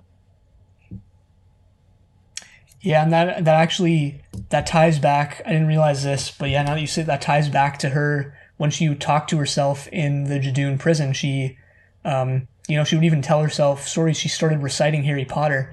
I don't know if you caught that, but yeah. Yeah. which like wouldn't think that Harry Potter would have such an opening line that it would like be so easily recognizable. But the instant she said like Mr. and Mrs. Dursley lived at 4 Privet Drive, I'm like, Harry Potter. This was also probably written before all the J.K. Rowling stuff went down, but it has such a different feel to it now, you know? Yeah, it does have a little bit of a different, let's say, tilt to it. Now that J.K. Rowling has been embroiled in controversy, which we don't need to go into here, just mention that, yeah, it's a little bit weird. Yeah. But also, it is kind of like the because she says it's a classic piece of literature, so it's almost like they picked it because it's quite a modern piece of literature for us, and so just kind of a little funny thing, like kind of how like Star Trek Beyond, they say they play Beastie Boys and they're like, yeah, classic music, like it's kind of like that. Yeah. I mean, Harry Potter is going to go down as like an all-time classic. Like, 100 years from now, people are going to look back and be like, wow, that Harry Potter like era, man. I think like some people forget that Harry Potter is set in the 90s. Like it's not obvious, but it's set in the 90s. Yeah. Or isn't it just set in like whatever year it comes out? So it's like late 90s to mid 2000s, I guess, because it's like over the course of 7 years? Yeah, every book is supposed to take place after, like, I mean, kind of like that. I guess the first book is like that, but then since the later ones take more than 1 year to publish, it's not really like that. Oh, yeah, true. Because each book is like the subsequent year at school, so they all take place like directly the year after, and I think the first one does take place like the year it was written, 93. I think it was 93, maybe it was 95. Oh man, they're older than I thought. I thought it was like more 98, 99, but wow. Yeah. No, I'm pretty sure they're like early 90s. Yeah, so just that sort of mid-90s era to like maybe early 2000s. Yeah, makes sense. Oh, no, you're right. First published 97. Just pulled up Sorcerer's Stone. Okay, so the day before my birthday in 97. I would have been 364 days old. Wow.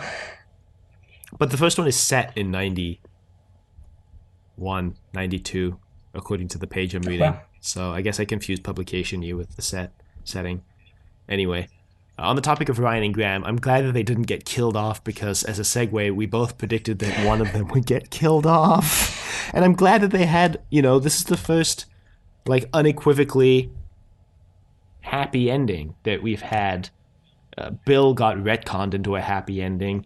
Amy and Rory kind of had a happy ending. Clara, again, like all of the Moffat companions get retconned into having a happy ending, but this is the first one where they leave of their own accord, and they seem to go off and live what looks like it's going to be a fulfilling life afterwards. Right. And it's left the potential open if, like, completely forgetting who plays Graham now. Bradley Walsh? Bradley Walsh or Tossin Cole are like, hey, I want to come back for like a cameo. Like, they could easily do that because they're still alive in modern day. Mm-hmm. Which is, nice, I guess. But anyway, we both predicted that one of them would die, and we were both wrong. Yeah, dead wrong.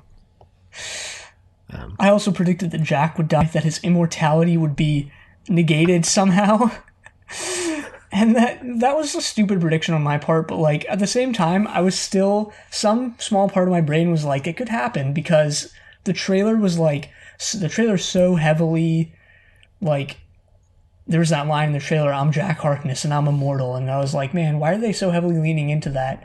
It can't be for no reason, and I thought the reason was going to be that they somehow undo his immortality and he dies.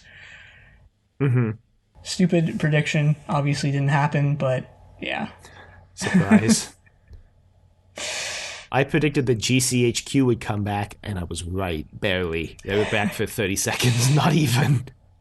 They even kind of, it's not really a riff, but like, we always make fun of GCHQ because it's like, it's so uncreatively named. It's just Government Communication Headquarters.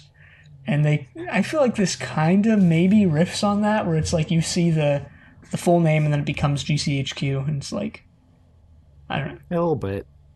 Maybe it's like, maybe if you're British, it's just like, you know, a super normal acronym, or it's like saying the CIA or something. Because like even like that is not a very creative name. It's like Central Intelligence Agency. Like, what's creative about that? You know, like. So I don't know. What I do know is that I predicted Jack's back would be back. Yeah. Yeah, I guess you got that right. I guess his back did Yeah, but come it back. wasn't like, you know, bare. It wasn't shirtless, so that's more what I was envisioning.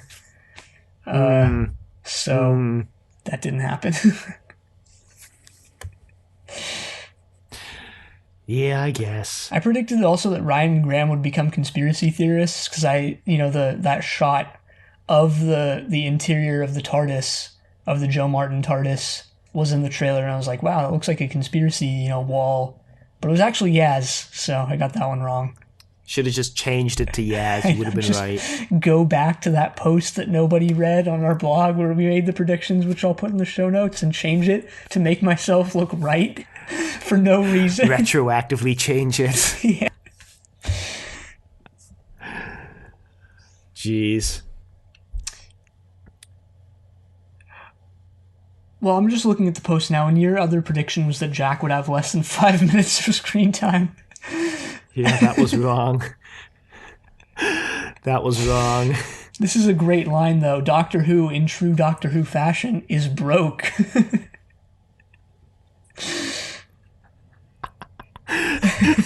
Yeah, well,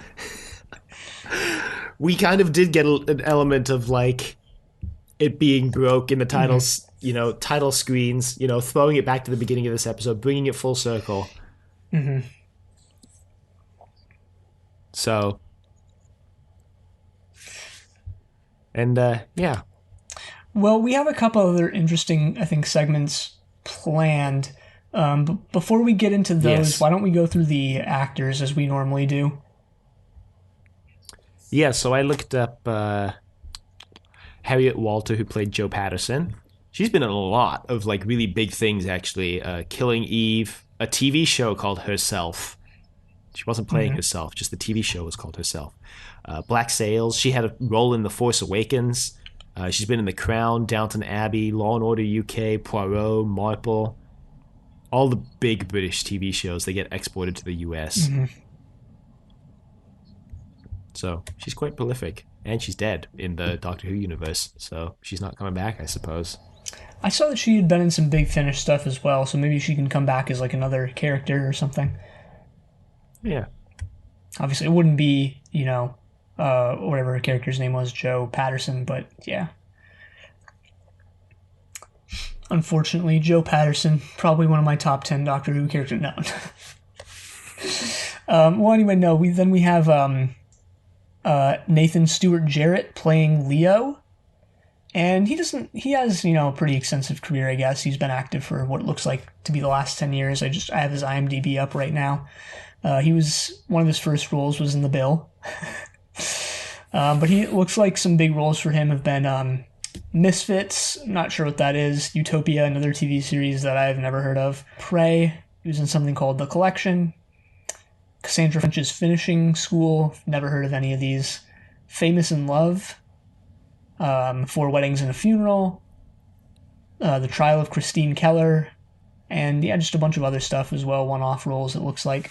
But now I think we can get to the thing that we kind of had in mind that we wanted to get to, which is that, like, this episode, which is now, I guess, a little over 24 hours old in the UK, has... Yeah, as of recording. Yes.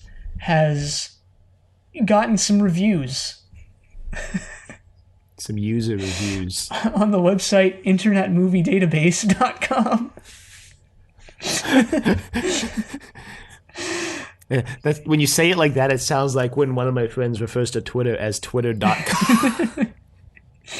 That's how you, like, know how old someone is without them posting their age on Twitter, as if they refer to it as an app or a site, but...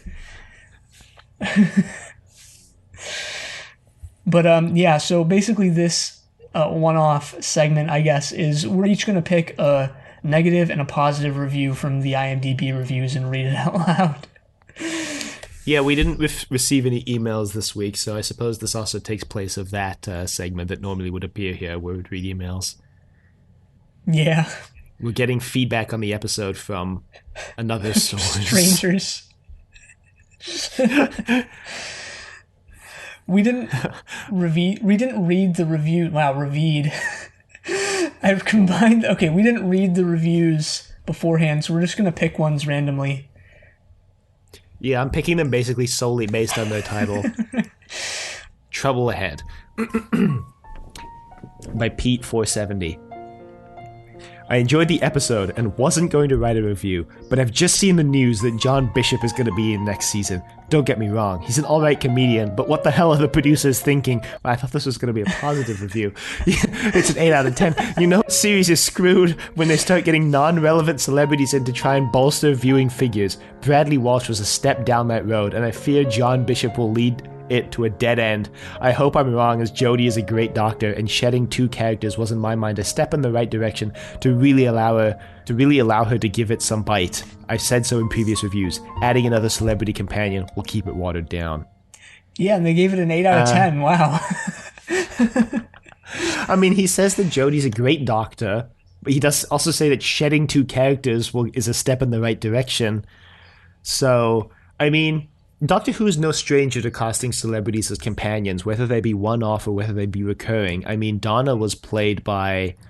I'm completely forgetting the Catherine Tate, who was also a famous comedian. Kylie Minogue plays a one-off companion in Voyage of the Damned.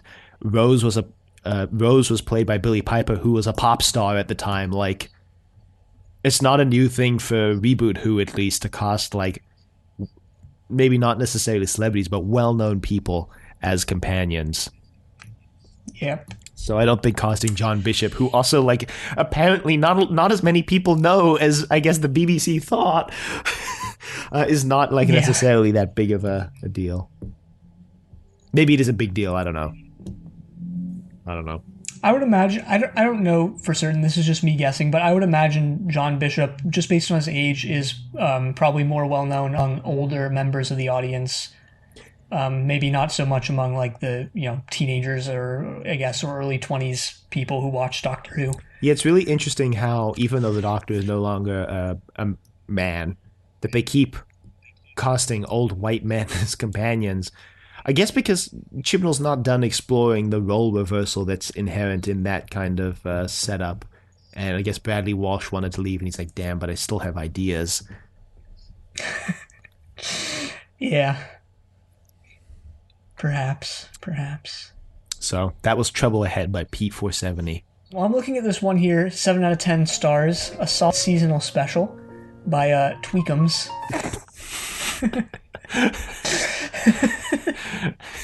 Sorry, Tweakums, but yeah. Man, what if Tweakums is actually one of our listeners? Okay, anyway, the review goes, as this episode opens, the empty shell of a Dalek is stolen as it is being transported to a secure facility. A year later, it forms the basis of a new security drone. It should be perfectly safe, but one of the developers found a tiny trace of DNA inside and decided to clone it to see what it was. Inevitably, the results aren't good for humanity.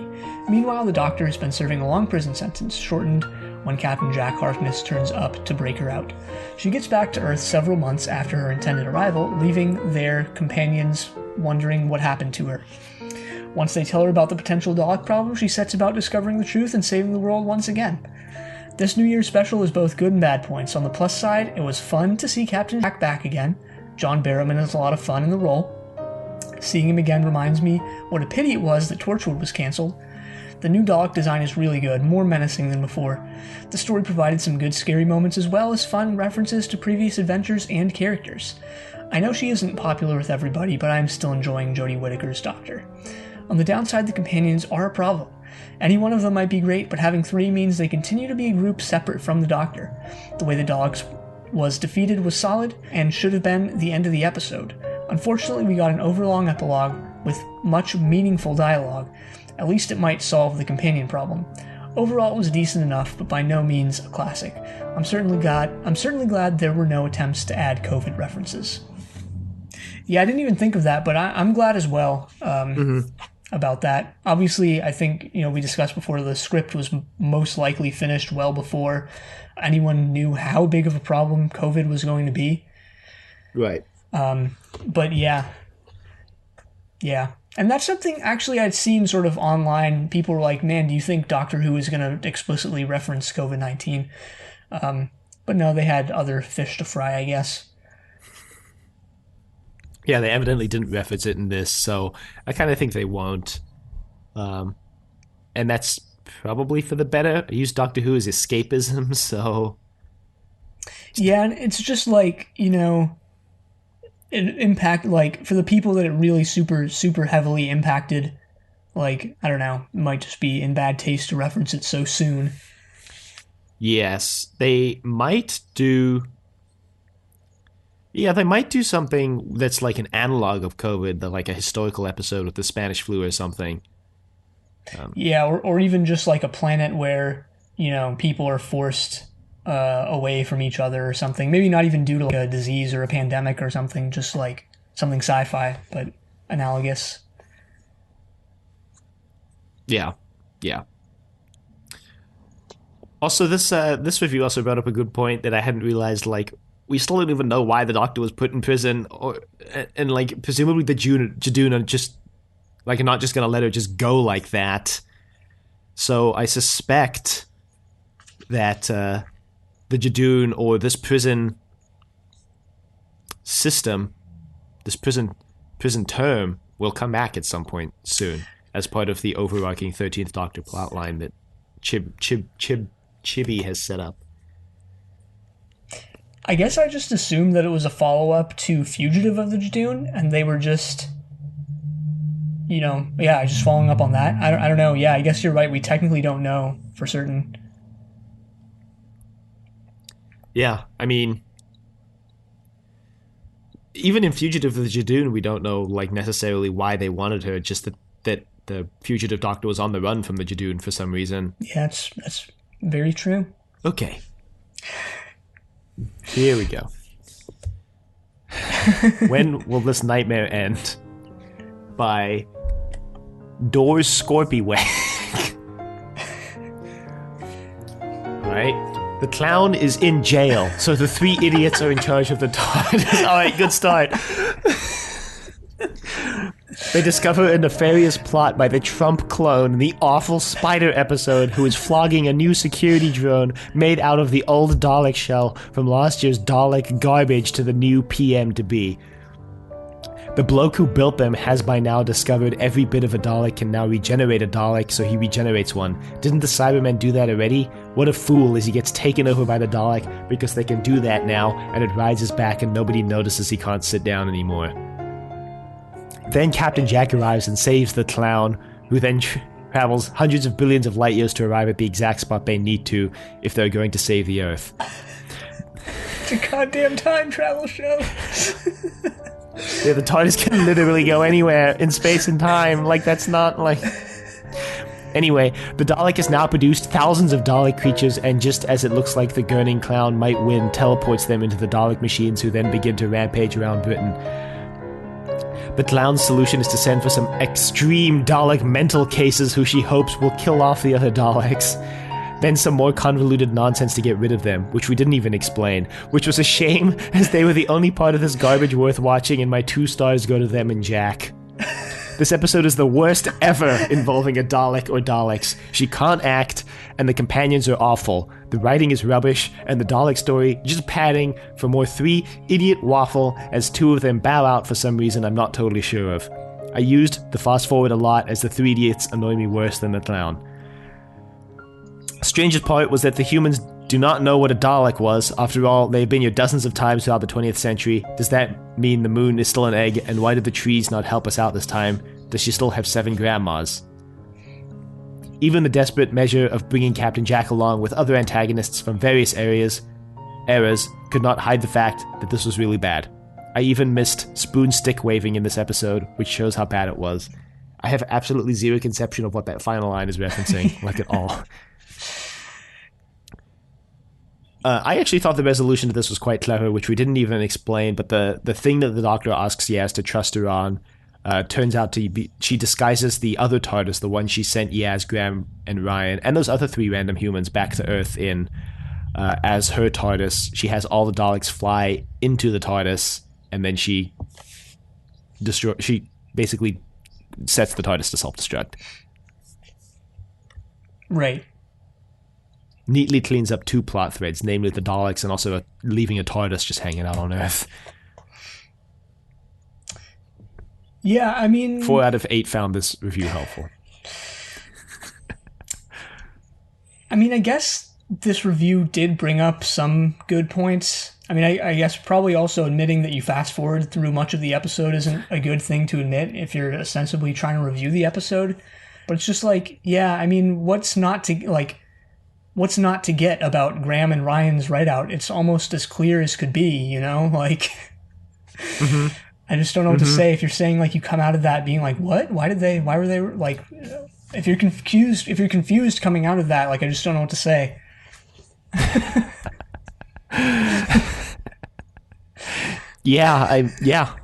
Same, I guess. I'm just looking at his IMDb profile for some reason. I don't know why I'm doing that. And 21% of all of his ratings are 1 star.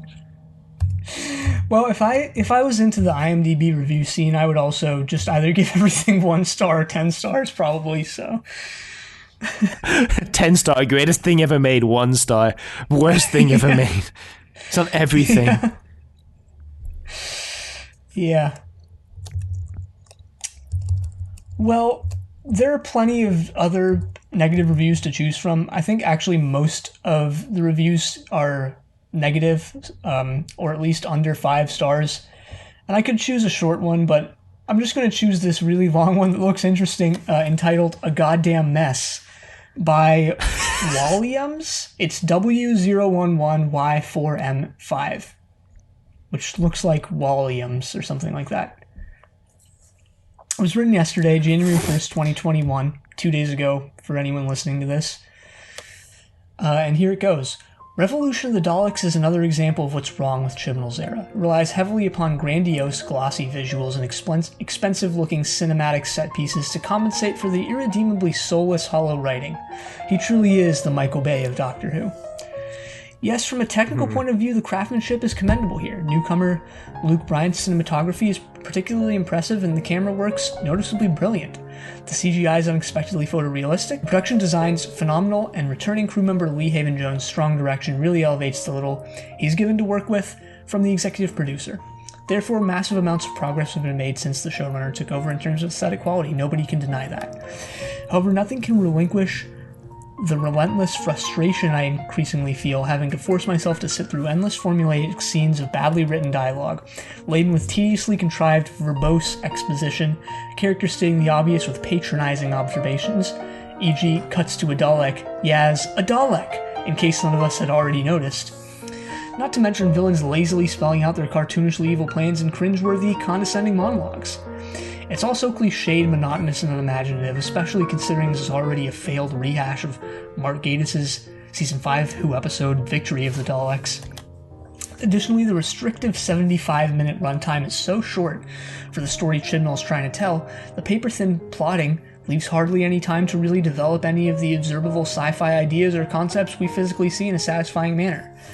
For instance, the Doctor's supposed to have apparently been contained within the June prison cell for decades, yet none of this is shown in a way which conveys the length of that hefty duration. If we're truly to feel her isolation and the sheer repetitiveness of her enforced routine for years on end, surely that requires an equally larger investment of time. No. Alas, after a brief introduction to her current predicament, she's conveniently broken out in the very next on-screen appearance. Where's the setup to establish the stakes? Where's the build-up? Where's the gradual foreshadowing of her problem's eventual solution? Where's the payoff? The resolution is so unearned and cheap. Jack exclaims he's had to deliberately commit intergalactic crimes in order to be incarcerated alongside Jodie Whittaker's protagonist, and after 228 arduous months of maneuvering himself from one room to the next, he finally manages to calculate her exact location and positions himself opposite her chamber. I needn't ask whether they adhere to the show don't tell rule, because by this point it's obvious that they unfortunately don't. How does he even recognize it's her? He's never interacted with this regeneration before. Moreover, I'm putting my English GCSE to good use with these connectives. I have no idea what that means. I think it's just like an English degree. Yeah, probably. What was the actual point in the detainment subplot? Besides being a random gimmicky cliffhanger to throw in at the end of season 12 to keep audiences guessing, what did it all add to the overall story? Did it enhance the Doctor's character? Did she grow from her experiences? What did she learn? What did it contribute towards her emotional arc? As far as this special demonstrates, the response is nothing. She's exactly the same as she was before and continues to be identical, which renders the entire progression utterly meaningless and disposable, exemplifying the superficiality of the content or lack thereof within the scripts. If it's superfluous, it's dispensable, and if this event led to distinctive shift in her identity and henceforth altered the dynamic between herself and her associates, there would have been an immediate justification for its inclusion, but as two members ironically leave, the opportunity to contrast before/after is mostly lost. Furthermore, dragging the Weeping Angels, the Silence, Sycorax, Ood, and Captain Jack, etc. back and referencing Gwen Cooper and Rose Tyler is a nice bit of continuity/fan service, appealing to those who adored those bygone eras, but this version of the series so desperately wants to be as iconic and popular as the predecessor's tenure it harks back to, it's clearly trying to latch onto the beloved past to retain any semblance of perceived relevance it may have in the present or the future. Yes, I'm sure this person now has an English degree because that was a 10-line sentence. And that's what you learn how to write and this was basically grammatically correct, which is exactly the type of thing English majors do. Anyway, regardless, it doesn't. Instead of carving out his own legacy, Chibnall leans upon those of others to ensure his. This is a thinly veiled attempt at shameless nostalgia baiting, appeasing old Whovians who've predominantly turned out, implying there may be a reason for them to tune back in once more, and I won't fall for it, no sir. It's just an unoriginal, incoherent mess with terrible pacing issues. I could sit here and list the plot holes all night, and I've only viewed it once. 1. How did the captain learn about the lone Cybermen? Who informed him about the Siberium? We still don't understand the basis for that cameo appearance. How are the Silence even trapped? All information pertaining to their existence should erase itself after a while, as it did on Amy's phone. That vulnerability in the system's databanks could have allowed for a more coherent escape, using the lore and the mythology of those creatures to quite literally provide a get-out-of-jail-free card, damaging the stability of the cage's software, enabling for a rewarding alternative method of evasion.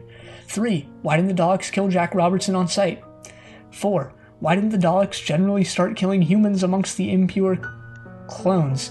In Season 2's Doomsday, they managed to take down an entire army of Cybermen whilst simultaneously exterminating fleeing members of the public? Are they suddenly unable to multitask? The prioritization of targeting is laughably illogical. 5. Why does nobody even remember a Dalek? They've invaded countless times. It's a good point.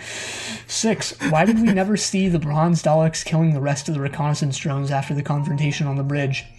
7. Aren't they yet again breaking the show-don't-tell rule of filmmaking to declare the humanoid variations all destroyed, literally thousands of them nationwide, without providing the audience with visible proof? 8. Isn't the spare TARDIS just a brazen Deus Ex Machina? The capsule suddenly has the inexplicable ability to do whatever the Doctor needs it to do in order to hastily wrap up the loose plot threads left dangling from that nonsensical plotline. She announces his program to implode with Daleks inside, journeying to the void, which should theoretically be inaccessible, as Tennant's closed it twice, and we're just supposed to accept that as a reasonable explanation, despite the lack of evidence? 10. Why did the Doctor invite Daleks to fight Daleks when manufacturing a college civil war on Earth is unconscionable?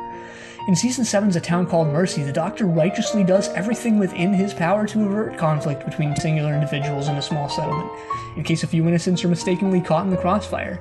And yet now she invited an entire army of killer aliens to battle across the surface of the planet? Such a war would be lethal to thousands she's sworn to protect. Isn't that deeply uncharacteristic? 11. Why does this yet again seem like adapted amateur fanfiction? 12. The Death Squadron are hyped up to be merciless, brutal type of Dalek, and yet even after descending from the skies and raining down upon cities, they never behave in ways that would differentiate them from usual Daleks we've seen throughout the ages. Unsurprisingly, the only verification of their importance is verbal. 13. John Barrowman's deprived of a poignant farewell. Why is he lacking an official goodbye? Then we get to Graham and Ryan, the cardboard cutout companions whose departures I'm supposed to mourn. If Chibnall didn't write their lines as if they were a desperate plea for me to potentially feel something, maybe he'd stir a tangible emotion within me as a fan. But when something is so clearly crafted in such a predictable way, insert conveniently sad moment here, he'd be more successful copying and pasting a compilation of tearful YouTube videos he found on the internet than this. Scenes should play out naturally and organically. They didn't. Forcing misplaced, unnatural sadness for the sake of sadness to feign the appearance of sadness is pathetic and weak storytelling. Amusingly, Tossin Cole and Bradley Walsh's conclusions contradict their reasons for also leaving the TARDIS. Ryan complains after 10 months of separation and normality, he's been able to finally repair his strained relationship with his father while spending time with his friends. That's consequently reminded him of what he values most, family. This is a plausible aspiration to pursue, which could reveal why he's believably willing to forego his travels with the Time Lord, being consumed by the very human desire for a healthier lifestyle surrounded by beloved ones at home in a position of safety, which makes their final scenes so peculiar.